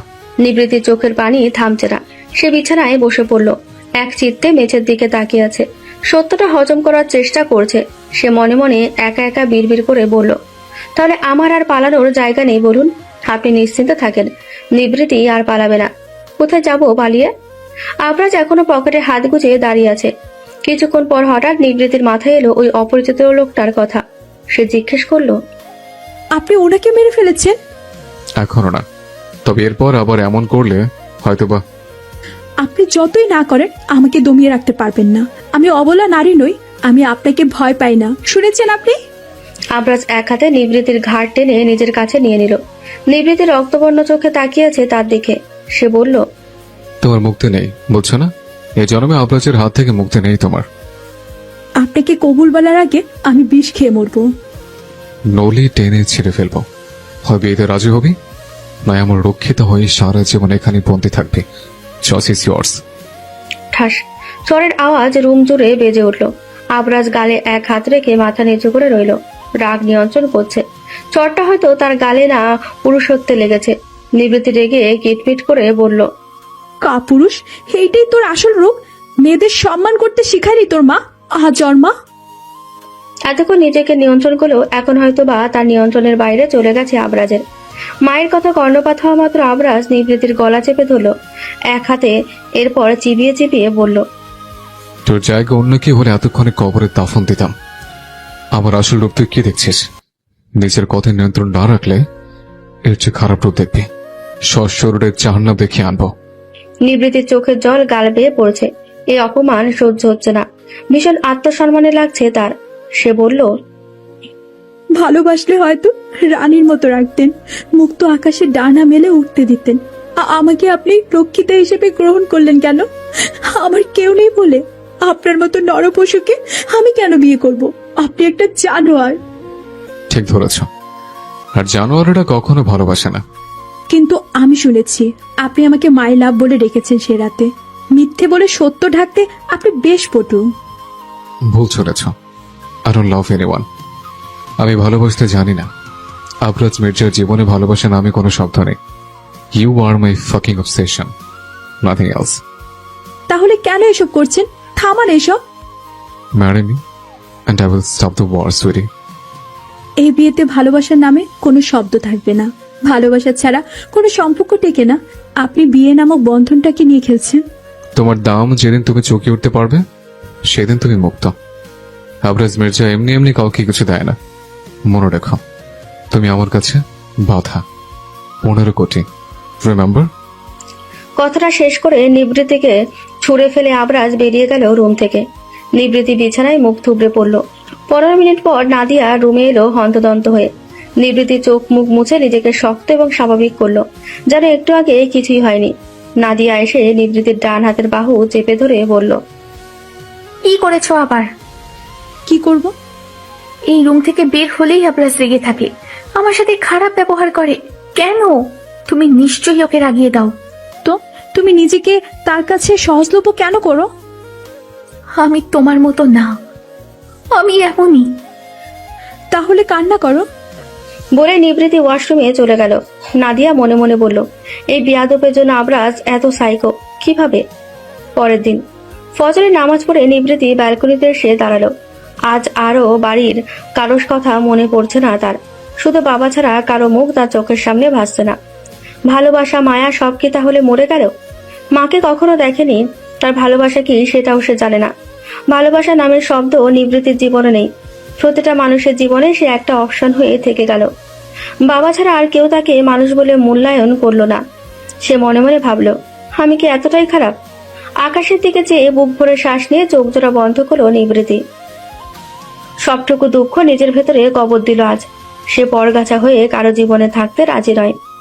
নিবৃত্তি মনে মনে প্রতিজ্ঞা করলো, আমি নিবৃত্তি শেহনাজ, ভেতর থেকে যতই ভেঙে যায় না কেন, আজ নিজের কাছে প্রতিজ্ঞা করছি, এই ঋণ শোধে আসলে শোধ করে আমি মুক্ত আকাশে উঠব।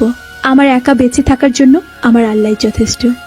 নিজের শব্দ পূরণ করে আপন শব্দের আড়ালে লুকিয়ে থাকা প্রতিটি বেঈমান মানুষদের তীব্র অনুশোচনায় পুরাবো। এরপর পা বাড়িয়ে বিছানার ওপর থেকে ওড়নাটা তুলে নিল সে। নিঃশব্দে দরজা দিয়ে এগোলো। বাঁ পাশের রুমটা আপাতত আবরাজের। দরজাটা আধ খোলা। এক মুহূর্ত থেমে নিঃশ্বাস থামলে ধীরে ধীরে ভেতরে ঢুকলো নিবৃত্তি। ঘরের ম্লান আলোয় আবরাজকে ঘুমন্ত দেখাচ্ছে, পিঠটা ওঠানামা করছে। নিবৃত্তি আস্তে আস্তে এগিয়ে গিয়ে বিছানার পাশে বসলো। তারপর কাপা হাতে তার পিঠে আলতো করে হাত রাখলো, মৃদু স্বরে ডাকলো, আপনার শুনছেন? আবরাজ ঘুমন্ত গলায় সাড়া দিল, উঠুন, আমার কথা আছে আপনার সাথে।